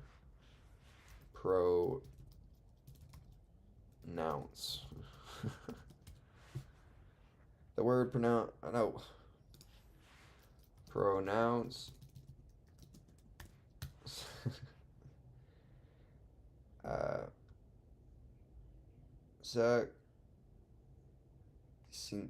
succinct. Succinct for the programmer. It is more efficient than building such a list incrementally.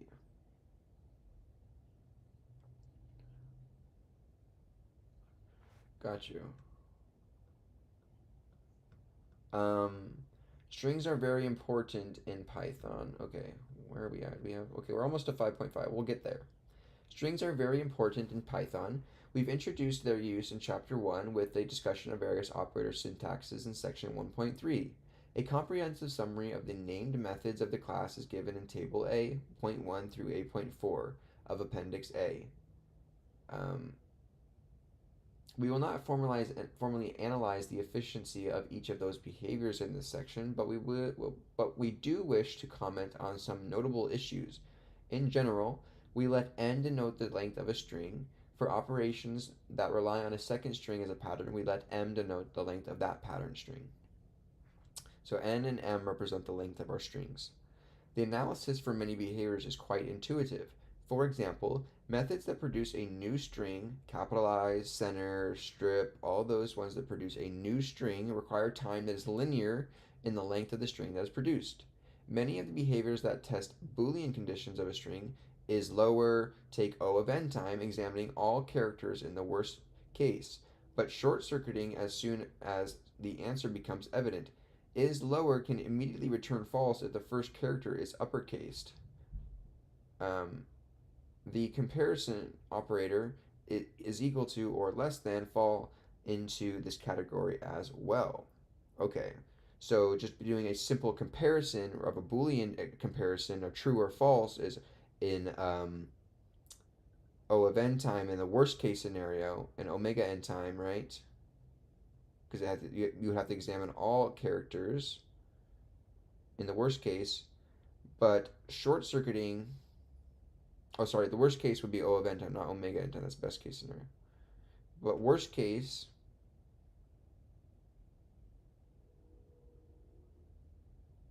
omega n for the worst case scenario.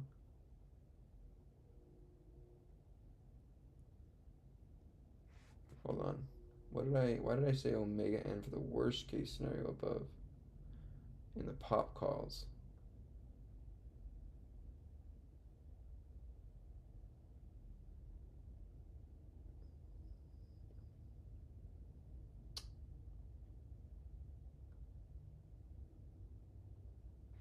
In the best case, for the best case.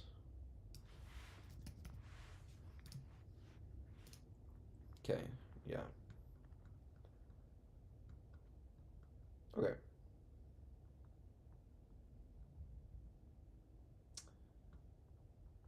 Is lower. Okay, many of the behaviors of the test Boolean conditions is lower may take O of n time examining all n characters in the worst case. But short-circuiting also short-circuiting as soon as the answer becomes evident is slower can immediately return false if the first character is uppercased, right? So that would become the best case scenario for it would be really slow. It'd be just like one. It'd be pretty constant, like amortized in a way. But I'm not sure what it would be represented as. It would be omega 1 is constant because it'd just be the first character is capitalized. Okay, pattern matching. Some of the most interesting behaviors for an algorithmic point of view are those that in some way depend on finding a string pattern within a larger string. This goal is at the heart of methods such as the dunder contains, find, index, count, and replace, and split. String algorithms can be the topic of chapter will be the topic of chapter 13, and this particular problem known as pattern matching will be the focus of section 13.2. A naive implementation runs in O of m times n time case because we consider the n minus m plus 1 possible. Hold on. in particular a problem known as pattern matching. A naive implementation runs in O of m times n time because we consider the n minus n plus 1 possible starting indices for the pattern. We spend O of string m time as each starting position checking for the pattern if the pattern matches. However, in section 13.2, we develop an algorithm for finding a pattern of length m within a longer string of n if in O of n time. Okay, so they're just kind of prefacing up for something in the future, so I'm gonna just move on. Composing strings. Finally, we wish um, Finally, we wish to comment on several approaches for composing large strings. As an academic exercise, we assume that we have a large string named document. And our goal is to produce a new string, letters that contain only alphabetical letters of the original string, with spaces, numbers, and punctuation removed. It may be tempting to compose a result through repeating concatenation as follows. Letters equals a blank string for every character in document. If that character is an alpha method, we go ahead and add it to the letters string. While this preceding code fragment accomplishes the goal, it may be terribly inefficient. Because strings are immutable, the command letters plus equals c would presumably compute the concatenation of letters plus c as a new string instance and then reassign the identifier letters to that result. The constructing that new string would require the time proportional to its length.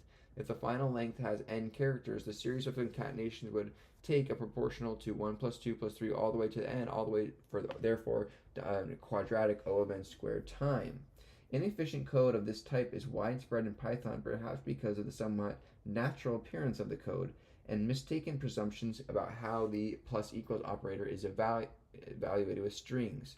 Some later implementation of the Python interpreter have developed an optimization to allow such code to complete in linear time, but this is not regarded for all of Python's implementations. The optimization is as follows. The reason that a command letters plus equals to c causes a new string instance to be created is that the original string must be left unchanged if another variable in a program refers to that string. On the other hand, if Python knew that there were no other references to the string in question, it could implement plus equals more efficiently by directly mutating the string, right? So because we know that strings are immutable, they cannot be changed, we can't like index into a single value of a string and overwrite it, right? That's not possible. So we would have to, what it does is it creates a new, reference to a new variable letters, adds c to it, and returns an entirely new, um, string in this case. Now, it's saying that if we had a dynamic approach where we detected if the letters was being used anywhere else, then we could just, directly mutate that letters variable, but that's not how strings work typically. As it happens, the Python interpreter already maintains what are known as reference counts for each object. This count is used in part to determine if an object can be garbage collected. But in this context, it provides a means to detect when no other references exist to a string, thereby allowing the optimization. A more standard Python idiom to guarantee linear time composition of a string is to use temporary lists to store individual pieces and then to rely on the join method of the stir class to compose the final result. Using this technique, our previous example would appear as follows. For every character in the document, if that character is an alpha character, meaning it's A, B, or C, like an alpha number, we're going to append it to our temp variable, and then we are going to use the join method on our string with the temp list. This approach is guaranteed to run in linear time.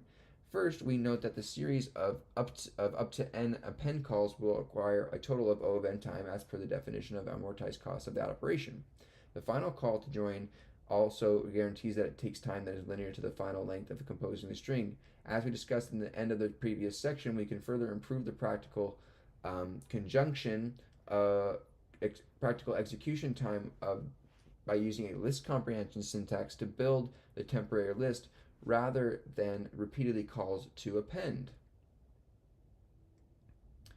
Okay, so you can use a list if you are repeatedly, so this is of note, if you find yourself repeatedly calling append to some sort of list, you might be able to use a list comprehension um, to just avoid the append altogether and just directly join that list to something else. Better yet, we can entirely avoid the temporary list with a generator comprehension. So we say for every character in for character in document. So just take the character for every character in the document if that character is alpha, and then join it to this. So you wouldn't even. Why did I? What happened here? Quit open. What happened? That was weird.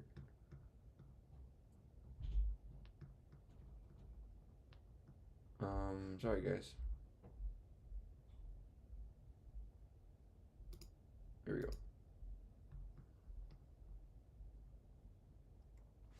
So you wouldn't even really need to put them in a list in this case. You can just generate why is it doing that? What the heck is going on? It's telling me it's time to stop this. That's what it's telling me. Okay, whatever. Yeah, so better yet, we can entirely avoid by making a generator. So you wouldn't even need to preemptively put them in a list because the list isn't even really being used at the end of the day. It's just immediately being used, joined, right? It's just a temporary place. All right, that was a lot of information on some various methods for arrays and went over the time complexities associated with them. So that was a lot of useful information that I learned. I didn't know that the extend method was more optimal than just calling append a bunch of times. That makes sense, right? Um, we learned about time complexities, the remove, and how it's affected by the amount of values in the list. We move how you can index into pop with the pop method and pop things out at certain indexes, but you obviously have to, um, you're in O of n minus k because you're popping up to that k index, right? Interesting. Oh, my blanket's all caught under my chair. Chat is awful quiet tonight. You guys must be tired or learning or doing something else. I appreciate you guys joining me tonight. I did like change up my thumbnail, so maybe I should go back to the old thumbnail and maybe it was a better one. I'm not sure. I made it more of a like a catchy one rather than just a still frame of me hanging out here, right? Okay, so let's take a pause on this for now. I think that's a good place to um, switch over to the small business manager. And I wanted to take a peek for a second on this. Now, this weekend we're going to work a lot on this, guys. Trust me, I do a lot more work on these on the project on the weekends because I just have a lot more time. But I wanted to show you guys that at work I actually refactored this quite a bit. So um, in our run add item function, rather than I refactor these all down to set functions. So these are all, now we have functions for setting name, setting cost of goods, setting item size, setting date created, and setting quantity, which we can call and reuse multiple times. Thank you. Um, so yeah, we can call these multiple times now, which is what we needed to, because I was finding myself when I was running the get like the edit item function, is we were needing to call these functions once again to to re-prompt the user to override those parameters that were originally put in. So let's go ahead and do an example here. Had a dummy item in there. Okay, so let's do an example here. So would you like to open the Small Business Manager by 1.0 by Michael Deming? I'll show you where this code is coming from. This is coming from right here. So in this function, we're clearing the terminal at the very beginning through a clear terminal function I wrote. We're creating a menu using a menu in this style that using a function I wrote, and we're returning a user input via the input, right? So if the user input is equal to 1, Howe says, what's the best bet for someone who knows nothing about coding who wants to build an application? I've not, if you're talking about like iOS apps, I'm not exactly sure. I've never done that. I just build Python apps and various desktop stuff, but at least for right now. Um, if you know nothing about coding, I would definitely start with, a small, course to get yourself started. Maybe do CS50P like I did.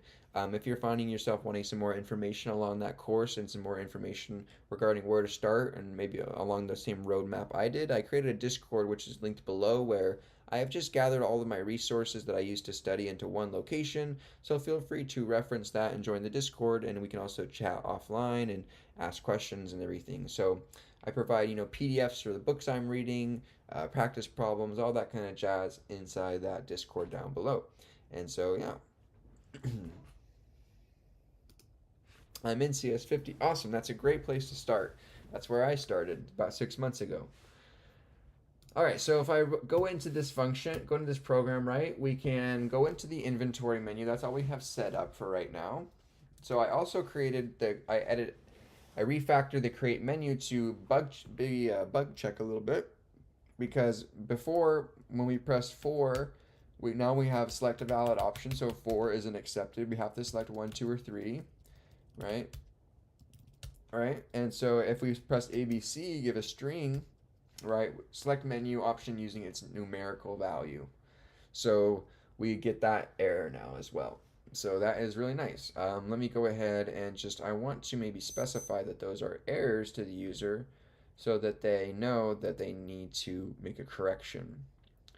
So we'll say error, please select menu option using its numerical value. And then we'll say please select a valid option.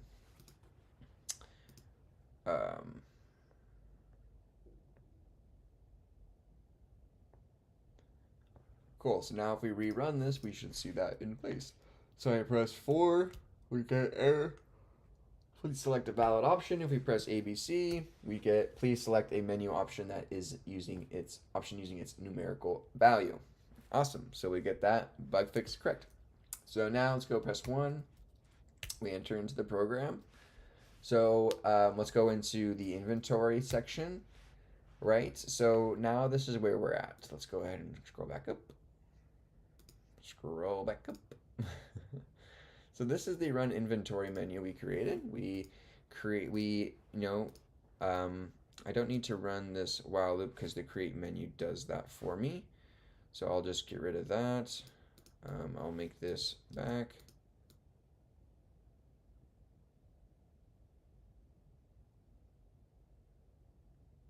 So then we'll say else there's nothing, right? The create menu function handles the while loop for us internally. Cool. I understand almost nothing like putting a civilian in the middle of a war. I have no clue what's going on. I just understand the purpose of coding. I know you can build stuff, but nothing else. What are you using to code? What app? Yeah, this is a great place to be, Howe. So just to give you some, clarity, I started 6 months ago with CS50P. I was in the same boat as you. I had never seen a line of code before, not even a single print statement. I didn't even know what an IDE was, what a code editor was, what Python even was. I did some research on some various topics that I thought were interesting, and I just decided to take CS50P. And from there, I really, enjoyed the process of learning. And yeah, it was really hard. I didn't get everything at first. It took me about 3 months to fully kind of start to understand the basics and really start to um, apply them into some projects. So my stream is starting to drop some frames here, so sorry about that, you guys. Hopefully it's not getting too bad. Let me know if it's.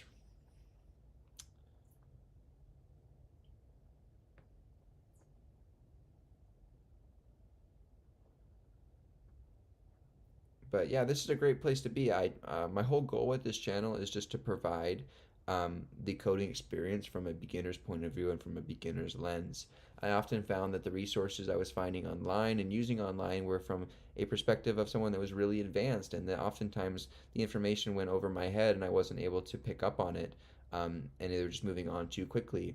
And so, and that really discouraged me, and it often wasn't very welcoming to super new people in that front. And so, I wanted to provide an environment that really welcomed beginners of all sides, or programmers of all capacities, just to provide that additional learning and refresher to them, through my personal progress here. So yeah, hopefully my stream, I keep losing some frames here. My internet's kind of acting up.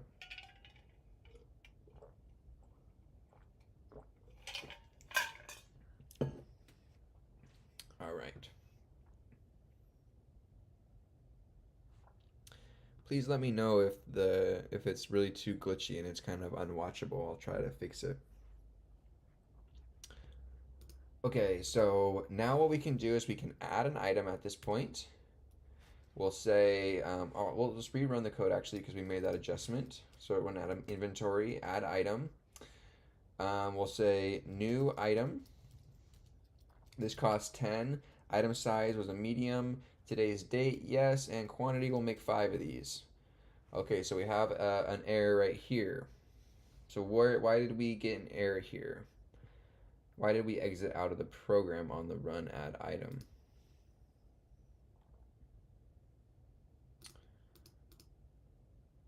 Run add item. So we generated the new item and then aren't doing anything.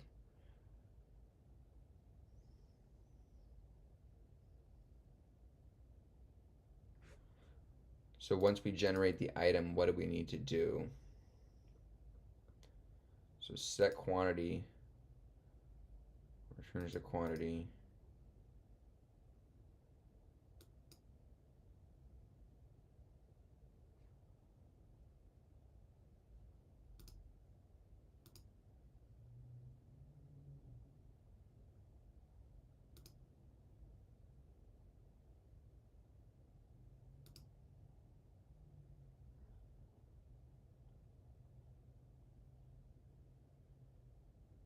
Um,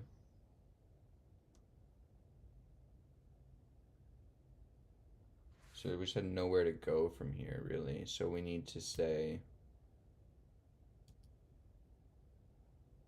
at this point, we'll run system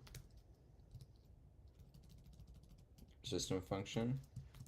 So this will take us back to the system. So now if we press 1, enter, if we press ABC here, we should get that error, yep. 4 should give us that error, yep. Inventory, ABC should give us that error, yep. 5 should give us that error here, yep. Add, we'll do test item. Cost is 10, size is medium, today's date, yes. Quantity, 5. Okay, there, now we went back, 3, yes. So now that we saved, there are items. Boom, all 5 of them. So awesome, that still works. Cool. So as you can see, I refactored some stuff down, and like before in our oh my gosh, in our ad we were setting the quantity using the function, or setting it right here, but now we're setting the quantity with this, and we're doing with the set quantity function, right? We're doing all that prompts behind these functions now, rather than having them be embedded into this one function, functions within functions within functions. And so it's just a lot more clean, and plus we now can reuse this when we go and do this. So now I added the option. What I worked on today off stream was inventory, the find edit item. So we'll press item number. That's all we have worked on, implemented right now. So now we have press Q to go back to inventory menu. So we'll press Q. Okay, that's fine. So we'll go back to find edit item, item number. So if we press ABC, please enter an integer number. If we press 100, we know we don't have item number 100. We only have 5 in there right now. So error item number 100 not found. All right. So now what if we press item number 5? Boom. We say item number 5 selected. Please select an attribute to edit. Woo! Super cool. So now we have the ability to actually edit and override these parameters. Let me see here. I need to go to the um,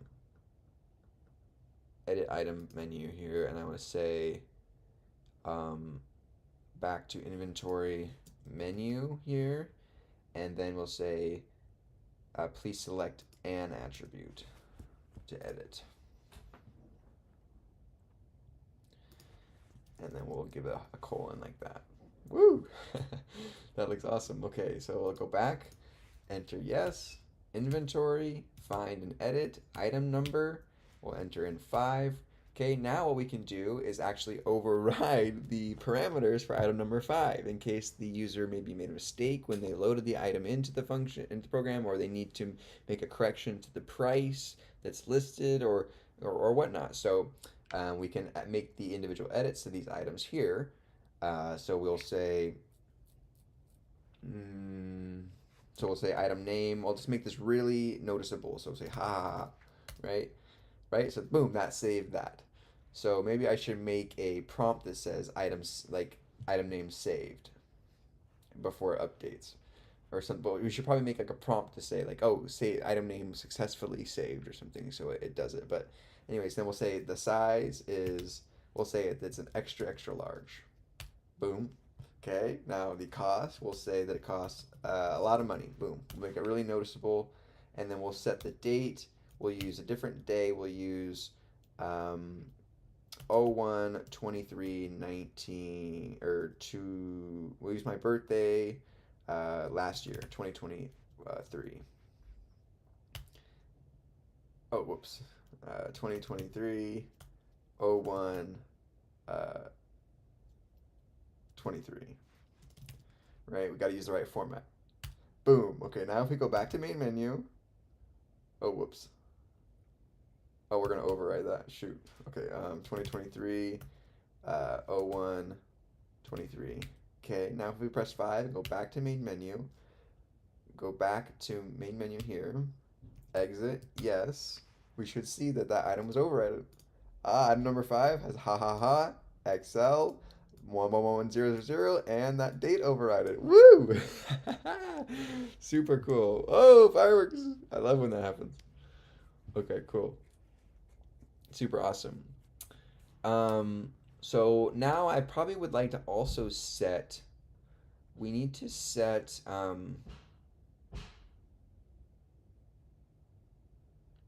set active state, right? We need to be able to set this item to inactive right at this point though. So let's go. We need to add another case here and say our additional case is going to be quote set active set status active status, right? Set active status. So we're gonna say case quote 5 is going to, or no, case quote, yeah, 5, and we'll make this 6. So case quote 5, we're going to say new status, new active status is equal to set active status, and then we'll say item dot, what is it called? Item dot active is equal to new active status, and then we will call edit item back again on that item, just so we can get back into the item menu, right? So all this function call is I'm recursively calling edit item with on edit item, just so that we can enter back into this loop, essentially, because I can't say continue here, unfortunately. I wish I could, but it doesn't sense that the user input like what happens if I get rid of this and do the set size? So let's go here, let's go in, yes, inventory, find edit, item number, let's do item number 5, let's do the size. So if I set the size to medium,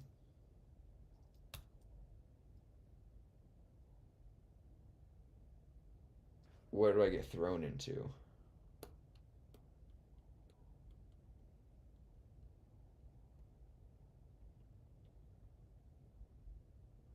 I got thrown into some function here.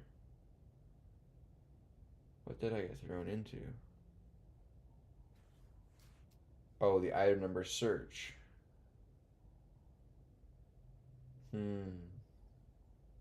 So it broke out because I gotta use your input. Yeah, so that's why I have to do it. Edit item with item, right? So now that'll bring me, so what is my set size function? Do I have the appropriate clear terminal happening there? No. So while true, you get an item. If it's not in there,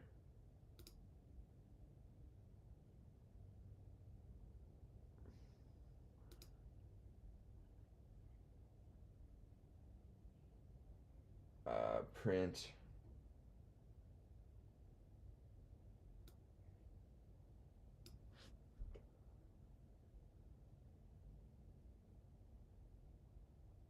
So how did I do it up here? I said,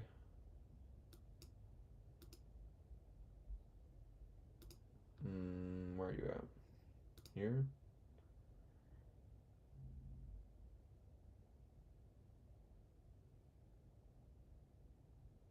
I clear, print, and then continue. Okay. So I clear.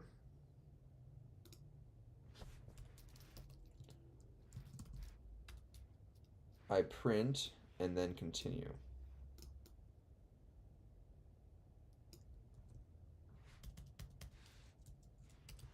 Right, just like that.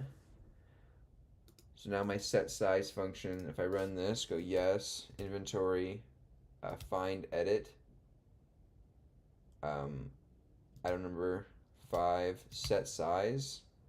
Okay, so now we're getting this. So we need to run a clear right here, right there. So now when we get this, if you go item number, inventory, add, item name, test, cost, 10. See, that clears there. We don't want it to clear there, actually. So we want it to clear only on the wrong input. So if we do 1, inventory, add item, test, cost, 10, size, if we do ABC, it'll clear and say only available sizes are there. Let's say medium, use today's date. So maybe I don't want to clear actually here because I want to keep it consistent. So if I say yes, inventory, add item, test, 10, and size is ABC, which is not allowed, we get that reprompt like that. Which is fine, I guess, in this context, right? So if I were to say medium, yes, 1, then I go back in inventory, find, edit, item number 6.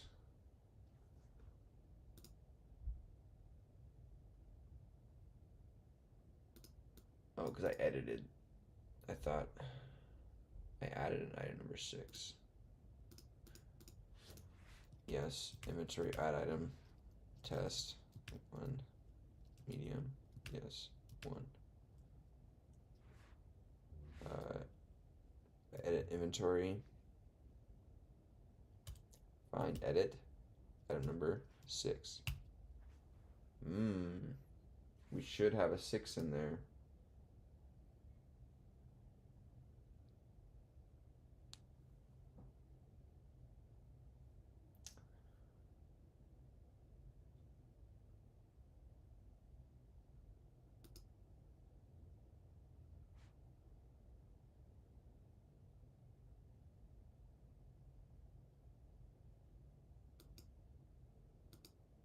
So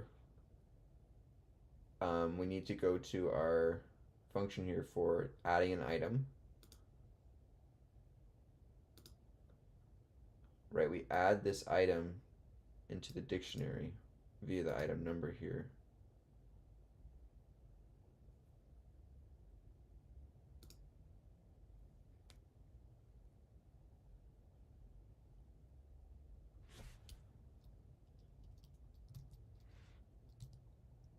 So if we run a save file,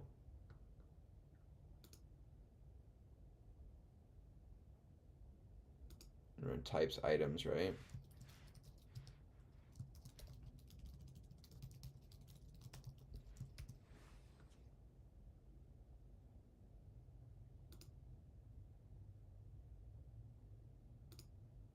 What happens if I do this?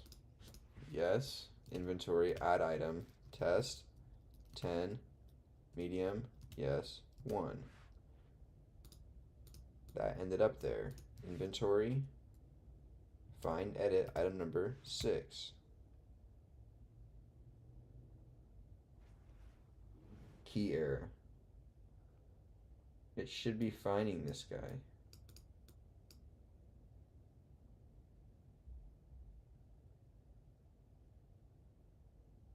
If I do it for 5,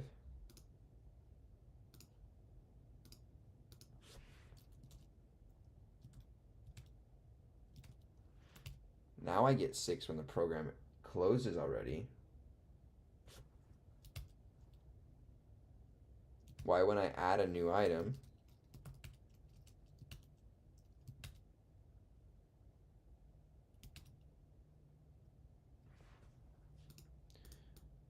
we have 7. So if I get rid of, if I have 5 items in there, and I go to run my program, yes, inventory, find, edit, item number 5. Yes, we get that item back, okay? Now if I go add item, test, 10, medium, yes, 1. Now if I go inventory, find, edit, item number, and 6, we don't get it. Why?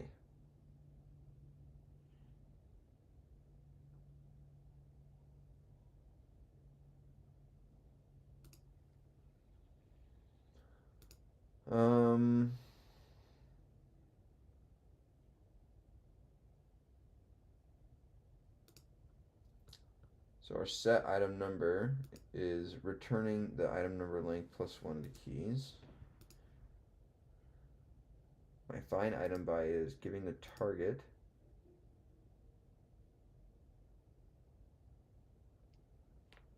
Oh, okay, I think I know what's going on. So in the run add item function,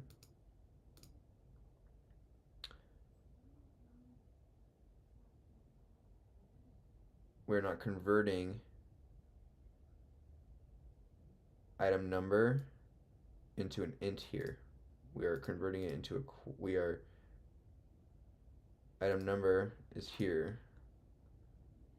Set item number is returning the length of the keys plus 1.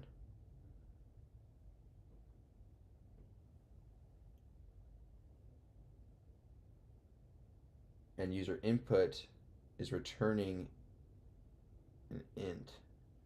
So in the find edit item,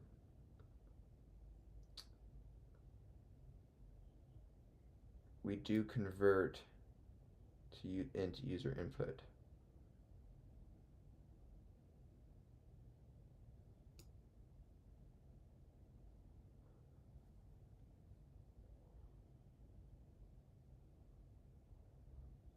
Six is a key error.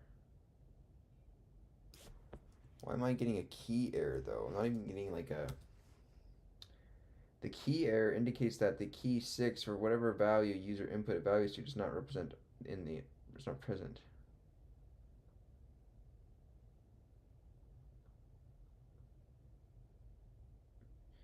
But I'm going to have a string key, quote 6 instead of 6.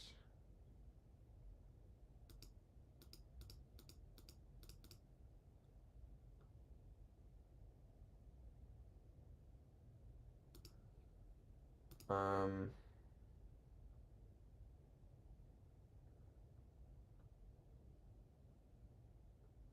so this is on line 321.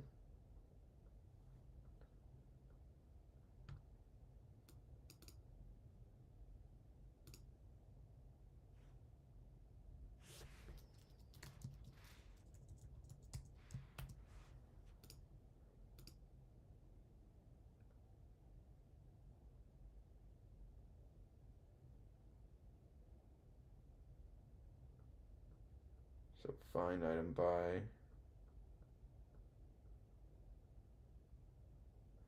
Thank you to whoever just subscribed. I really appreciate you following along to the stream. Thank you.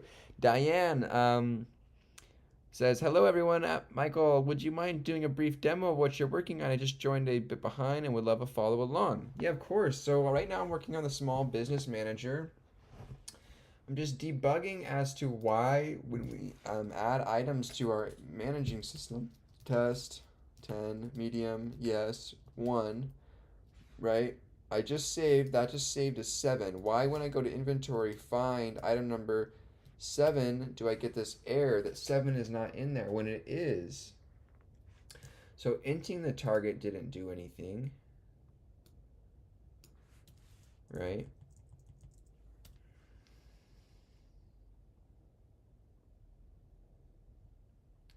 Why does it wait? Why do we need to reopen the program, inventory, find edit item number, and put 7, and then we finally get the item? Why is it not updating as it is? So we create the item,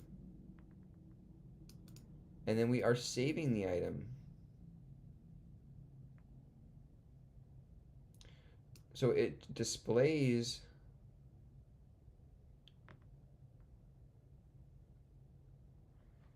Yeah, so it's already is an int.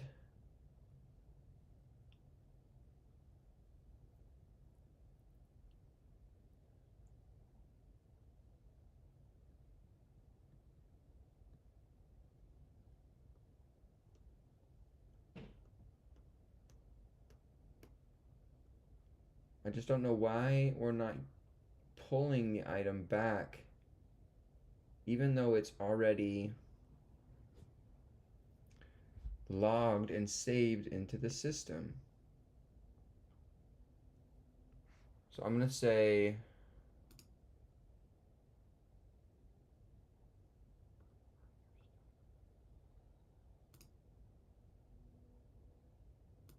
right before I get to the clear term, I'm going to say print all items.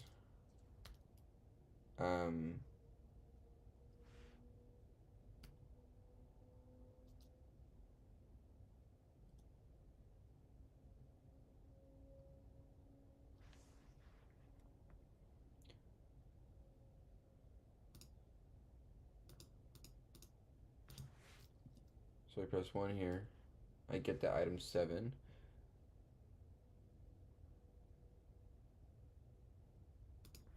Print the negative first item in the list. So that gives me the here -1. Okay, so you can't index into the last one. It has to be the final value. So why is it that when we run the program, right, inventory, add item, test, 10, medium, yes, quantity, 1, inventory, find edit item number 1, we don't get it back? It's in there. I'm adding it to the all items, item number.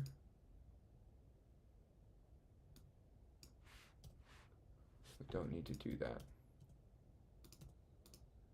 Like that.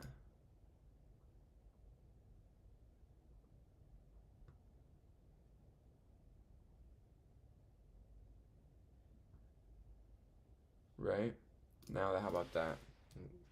1, inventory, add, test, 10, medium, yes, quantity, 1, inventory, find edit item number 1. Woo! We got it. Okay, that was the bug. So we were using an F string syntax in here that was converting that item number on creation to a string. And so when we were going back and looking for it, um, it was doing that. So our save file, I guess, does not save it as an integer either.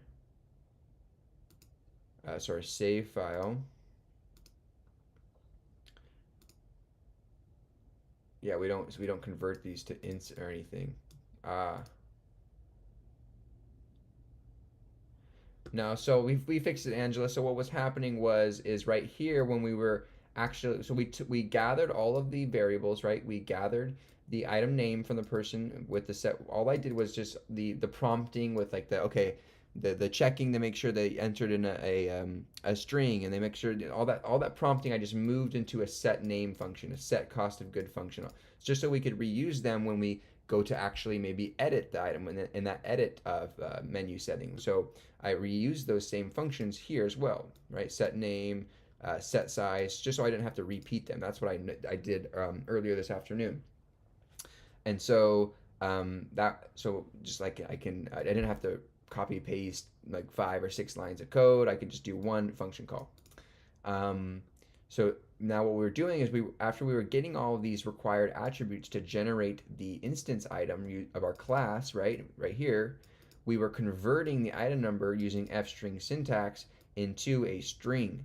And so, and then that's why we weren't finding it immediately after setting it. So somewhere in here, though, we were converting them upon save, I think upon loading. When we loaded them back in, yes, exactly. When we loaded it back in, we converted back from string to an integer, and that's why when we loaded the program back, we were able to then find the latest item that we added. Okay, so now if we go ahead and run the program, I'm debating, should we keep the save file right after you add the item? Yeah, I think we should save the file after adding each item add, so we can just have that check there just in case it corrupts in between now and the time they close or something, right? So we want to have that save happen at this point as well as when they close the program. Okay, so if I run this now and do inventory, add item number, we'll do test, we'll do 10. So remember, we could not find the items that we had populated in the system while the system was still running. We had to close, reopen, and then we could find it. So that was a bug. So now we'll do size is medium, today's date, yes, quantity is 1, and so that's saved. That just went right there. So that's 3. So now we should go back inventory, find, edit, item number, and 3. Boom, item number 3 selected. Please select an attribute to edit.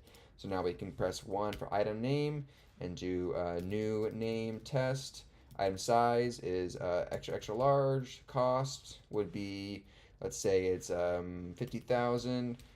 Date, and then we'll set our archive status. We don't have that one yet, actually, so we couldn't do that. Dang it! So we need to implement that part as well. Next is the active status. So let's go back really quick, or let me exit out, and let me delete these so we can prove that that was working. 1 inventory, add item, new test. Cost 10, medium, yes, quantity 1. So we'll go inventory, find, edit, item number 1, and we got it back. Woo! That bug is fixed. So now we can go, now we can edit each of these parameters. So item name, new name test, size 2 would be, let's make it extra extra large. Cost, so let's make it 50,000 just so everything's really obvious. And let's go back to main menu, exit, yes. And we should see that those were updated. New name test, XXL, 50, whatever. And right, so now we need to add, so next we will create that function for setting active status to false so that we don't read this item when we take statistics of, what's in inventory versus what's in, right? We had this debate of whether or not, how are we going to track items that were removed from the list, the items inventory list, but, that would cause a gap in our item number, right? If we removed item number, let's say 5, we would go from 4 to 6. We would have a gap. So we don't want to actually remove the item number physically from the list. We'll just go ahead and take an active status flag, set it to false, so that when we do statistical operations over these, these items to detect, how many versus sold versus available versus whatever versus in this month versus that month versus this year versus that year. All that kind of information we'll be filtering for. We can we can eliminate the items that are flagged false for active status so that they won't be included in that overall count, like as if the item was just a lost cause and it couldn't be sold, or maybe it broke, or something, or before it was able to be sold to a customer, and so it ended up just being item number 5 was just kind of thrown away or just considered scrap. We could add like an additional parameter, maybe add in a child class to our item class, to where if we want to call, to make, like, maybe make a detailed comments, we could call the instance child to be added to that class to provide like a detail for why it was voided out false. But this also provides the user for the ability to actually come back and put that item back in a true status, active status, right? So let's say that they want to then sell that item again, like it was just a temporary seasonal thing. However, they're tracking their items. It just provides them an ability to keep that in their statistical averaging or eliminate it from the system altogether without, causing a gap in item number, and giving them the ability to then go back and bring it back into the system without having to create the whole object again. Nick Lanky, good work. I just started winter break from college. CS study, funny enough. I'm just finishing a Python class last semester. Love the language. Awesome. I appreciate you joining me. I thank you so much for following along. I have a Bachelor of Science in Human Biology and a minor in Chemistry. I started coding about 6 months ago, just teaching myself out of sheer willpower and desire to learn. And I've had a lot of fun doing so. And I started this channel to document my progress and to help other people in a similar situation seek inspiration or motivation to sit down and try to learn this stuff as well, because it is challenging. It's a lot harder when there's no one there, pressuring you, or no test at the end of the semester telling you, or putting that, like I said, pressure on you to learn and everything. And so when it's just completely up to you, it can be fairly daunting and easy to just quit and put things off for a later date. So by creating this stream, is if I'm streaming, that you can get on and learn along as well for a little bit, or you can learn your own things and just have it in the background. It just serves as a reminder that we're in this together to learn, and just help other people to stay accountable. So appreciate you following me, and thanks so much for the kind words. Yeah, so this project that we're working on, for those that don't know, like I said, is we're taking an object-oriented class instance for an item. These items can then be processed with all their various information as an item in inventory, or we could set it as a for sale item, give it a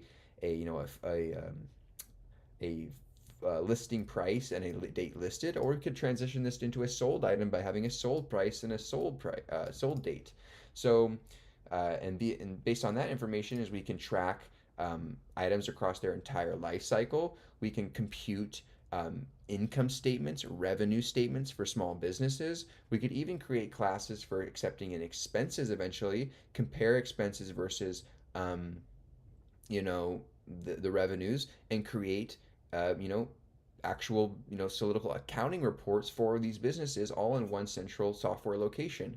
So it might seem fairly like, oh, it's just in the CLI, it's not that powerful, it's not going to do too much. But in theory, you think about it, if Jane Doe or John Smith wants to start a business selling whatever items they have, and they don't know where to start, like for the average person, they can just look online, just download this free program, and have a complete inventory system that manages their sales and processes and expenses all in one general location, and maybe eventually provide some feedback for additional features that they may like. And it just gives us a way to learn and create a program that other people might use, and that I might use as well for my personal small business that I run with my girlfriend on the side. So this is a great program we're working on. For those that are new, also, is we learn. We do at the beginning of my streams, the first half, we do live learning in various textbooks. Right now, we're reading Data Structures and Algorithms in Python. It's very dense. It's pretty challenging. It's the hardest book I've read so far on this subject matter. Before that, we read Python Crash Course and took Harvard CS50P, so quite a large jump into some more advanced material. We will eventually get into Fluent Python sooner rather than later. I think I'm going to start this one up in the new year and start trading off DSA and Python and Fluent Python back and forth just to shake things up on the channel. And then we'll eventually get into some Python machine learning after that.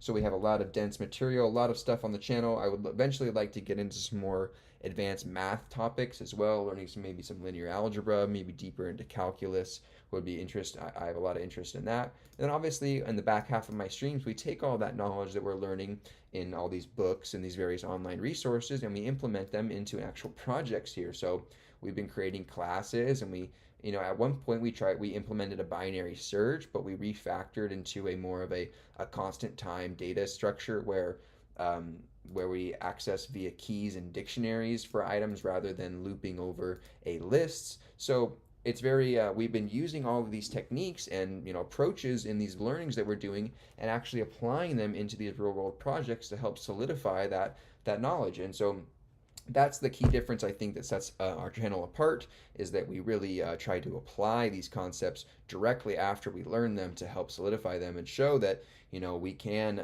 use these things and not just information coming in one ear and out the other. So if that does sound something interesting to you, please follow along. I try to stream, and I have been streaming Monday through Friday every day. I also have been streaming every day on the weekends, so 7 days a week for the past like 2-3 weeks. The channel's been growing really rapidly, which has been fantastic. I've been super grateful for that. I Yeah, I have a 9 to 5 job as a chemist. Like I said, I have a bachelor's degree in human biology and chemistry, and so I uh, I have a 9 to 5 as a chemist. So I do this after work, after my 9 to 5, and then I put in a lot of hours on the weekend studying and grinding through these projects. But I'm gonna go ahead and sign off for today, you guys. I'm gonna call it. We streamed for about 2.5 hours, over 2.5 hours today. So a lot of learning today, a lot of very interesting subject matter. We learned about arrays, dealing with the various. Let me quickly go over our notes here before. So yeah, we talked about arrays. We jumped into a review on amortization. We jumped into list and tuple classes, how the tuple class is immutable, how things cannot be changed, and they're typically more memory efficient because of that immutable factor, meaning that we can pre-reserve, that array memory space within our hardware ahead of time because we know that this list won't be changing because of the tuple, right? And so rather with lists that are mutable, where we can apply, pop methods to them or remove methods or these extend methods, which, apply various, inner workings on these, data structures and have time complexities in themselves, right? We learned that by calling a simple pop, we just remove the last element. So that runs in kind of some constant, that runs in, um, we remove the last element, right? But for some value k that is provided, you run in a time of n minus k, a big O of n minus k, because you have to iterate through all values, you know, uh, of n minus k, because you have to do that shift to close the gap of where you removed the item when you popped it out of. Same with the remove value, where you have to do that shift, and you have an omega of n, worst case scenario, or sorry, best case scenario.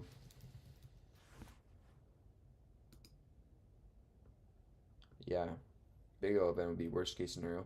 Then we also learned about the dot extend method that takes in some other lists. So we learned, that this method will actually concatenate a list onto the list that the method is being applied to. So we are putting this other list onto the list that applied to the extend method.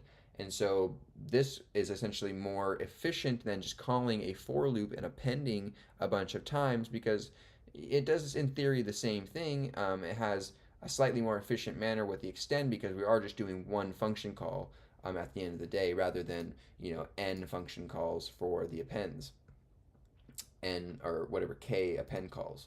So well, yeah, so some good amount of learning we did today, and we're going to jump into 5.5 tomorrow, which is using array-based sequences, and we'll get into the notes from there.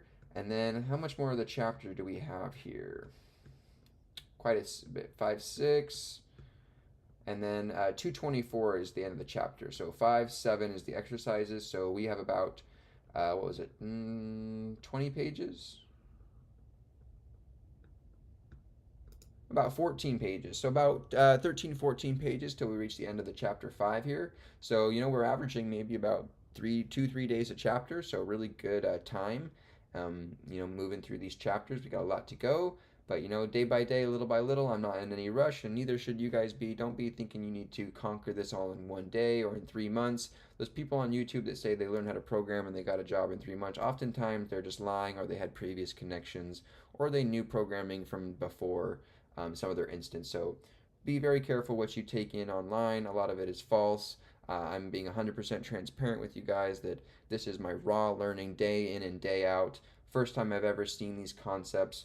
I want to show you guys that this is the reality of it, from someone that has a college degree, even that this stuff is hard, and it takes time to learn, and it takes time to absorb. So if that sounds interesting to you guys, thanks for following along today. Sorry about my ramble for the past 5 minutes, but I just wanted to end off with some notes of wisdom and some encouragement to you guys. Again, link below for the Discord, where I have compiled all of my study resources, from the PDFs you see on these books, to all of my notes, to all of my ideas, to projects, to everything. It's all in the Discord down below, where I just connected with you guys offline as well. So thank you guys for joining today, and I'll be back tomorrow around 7 p.m. PST, and we'll stream tomorrow as well, and then into the weekend. So thanks so much for joining me today. Applaud to you guys for learning.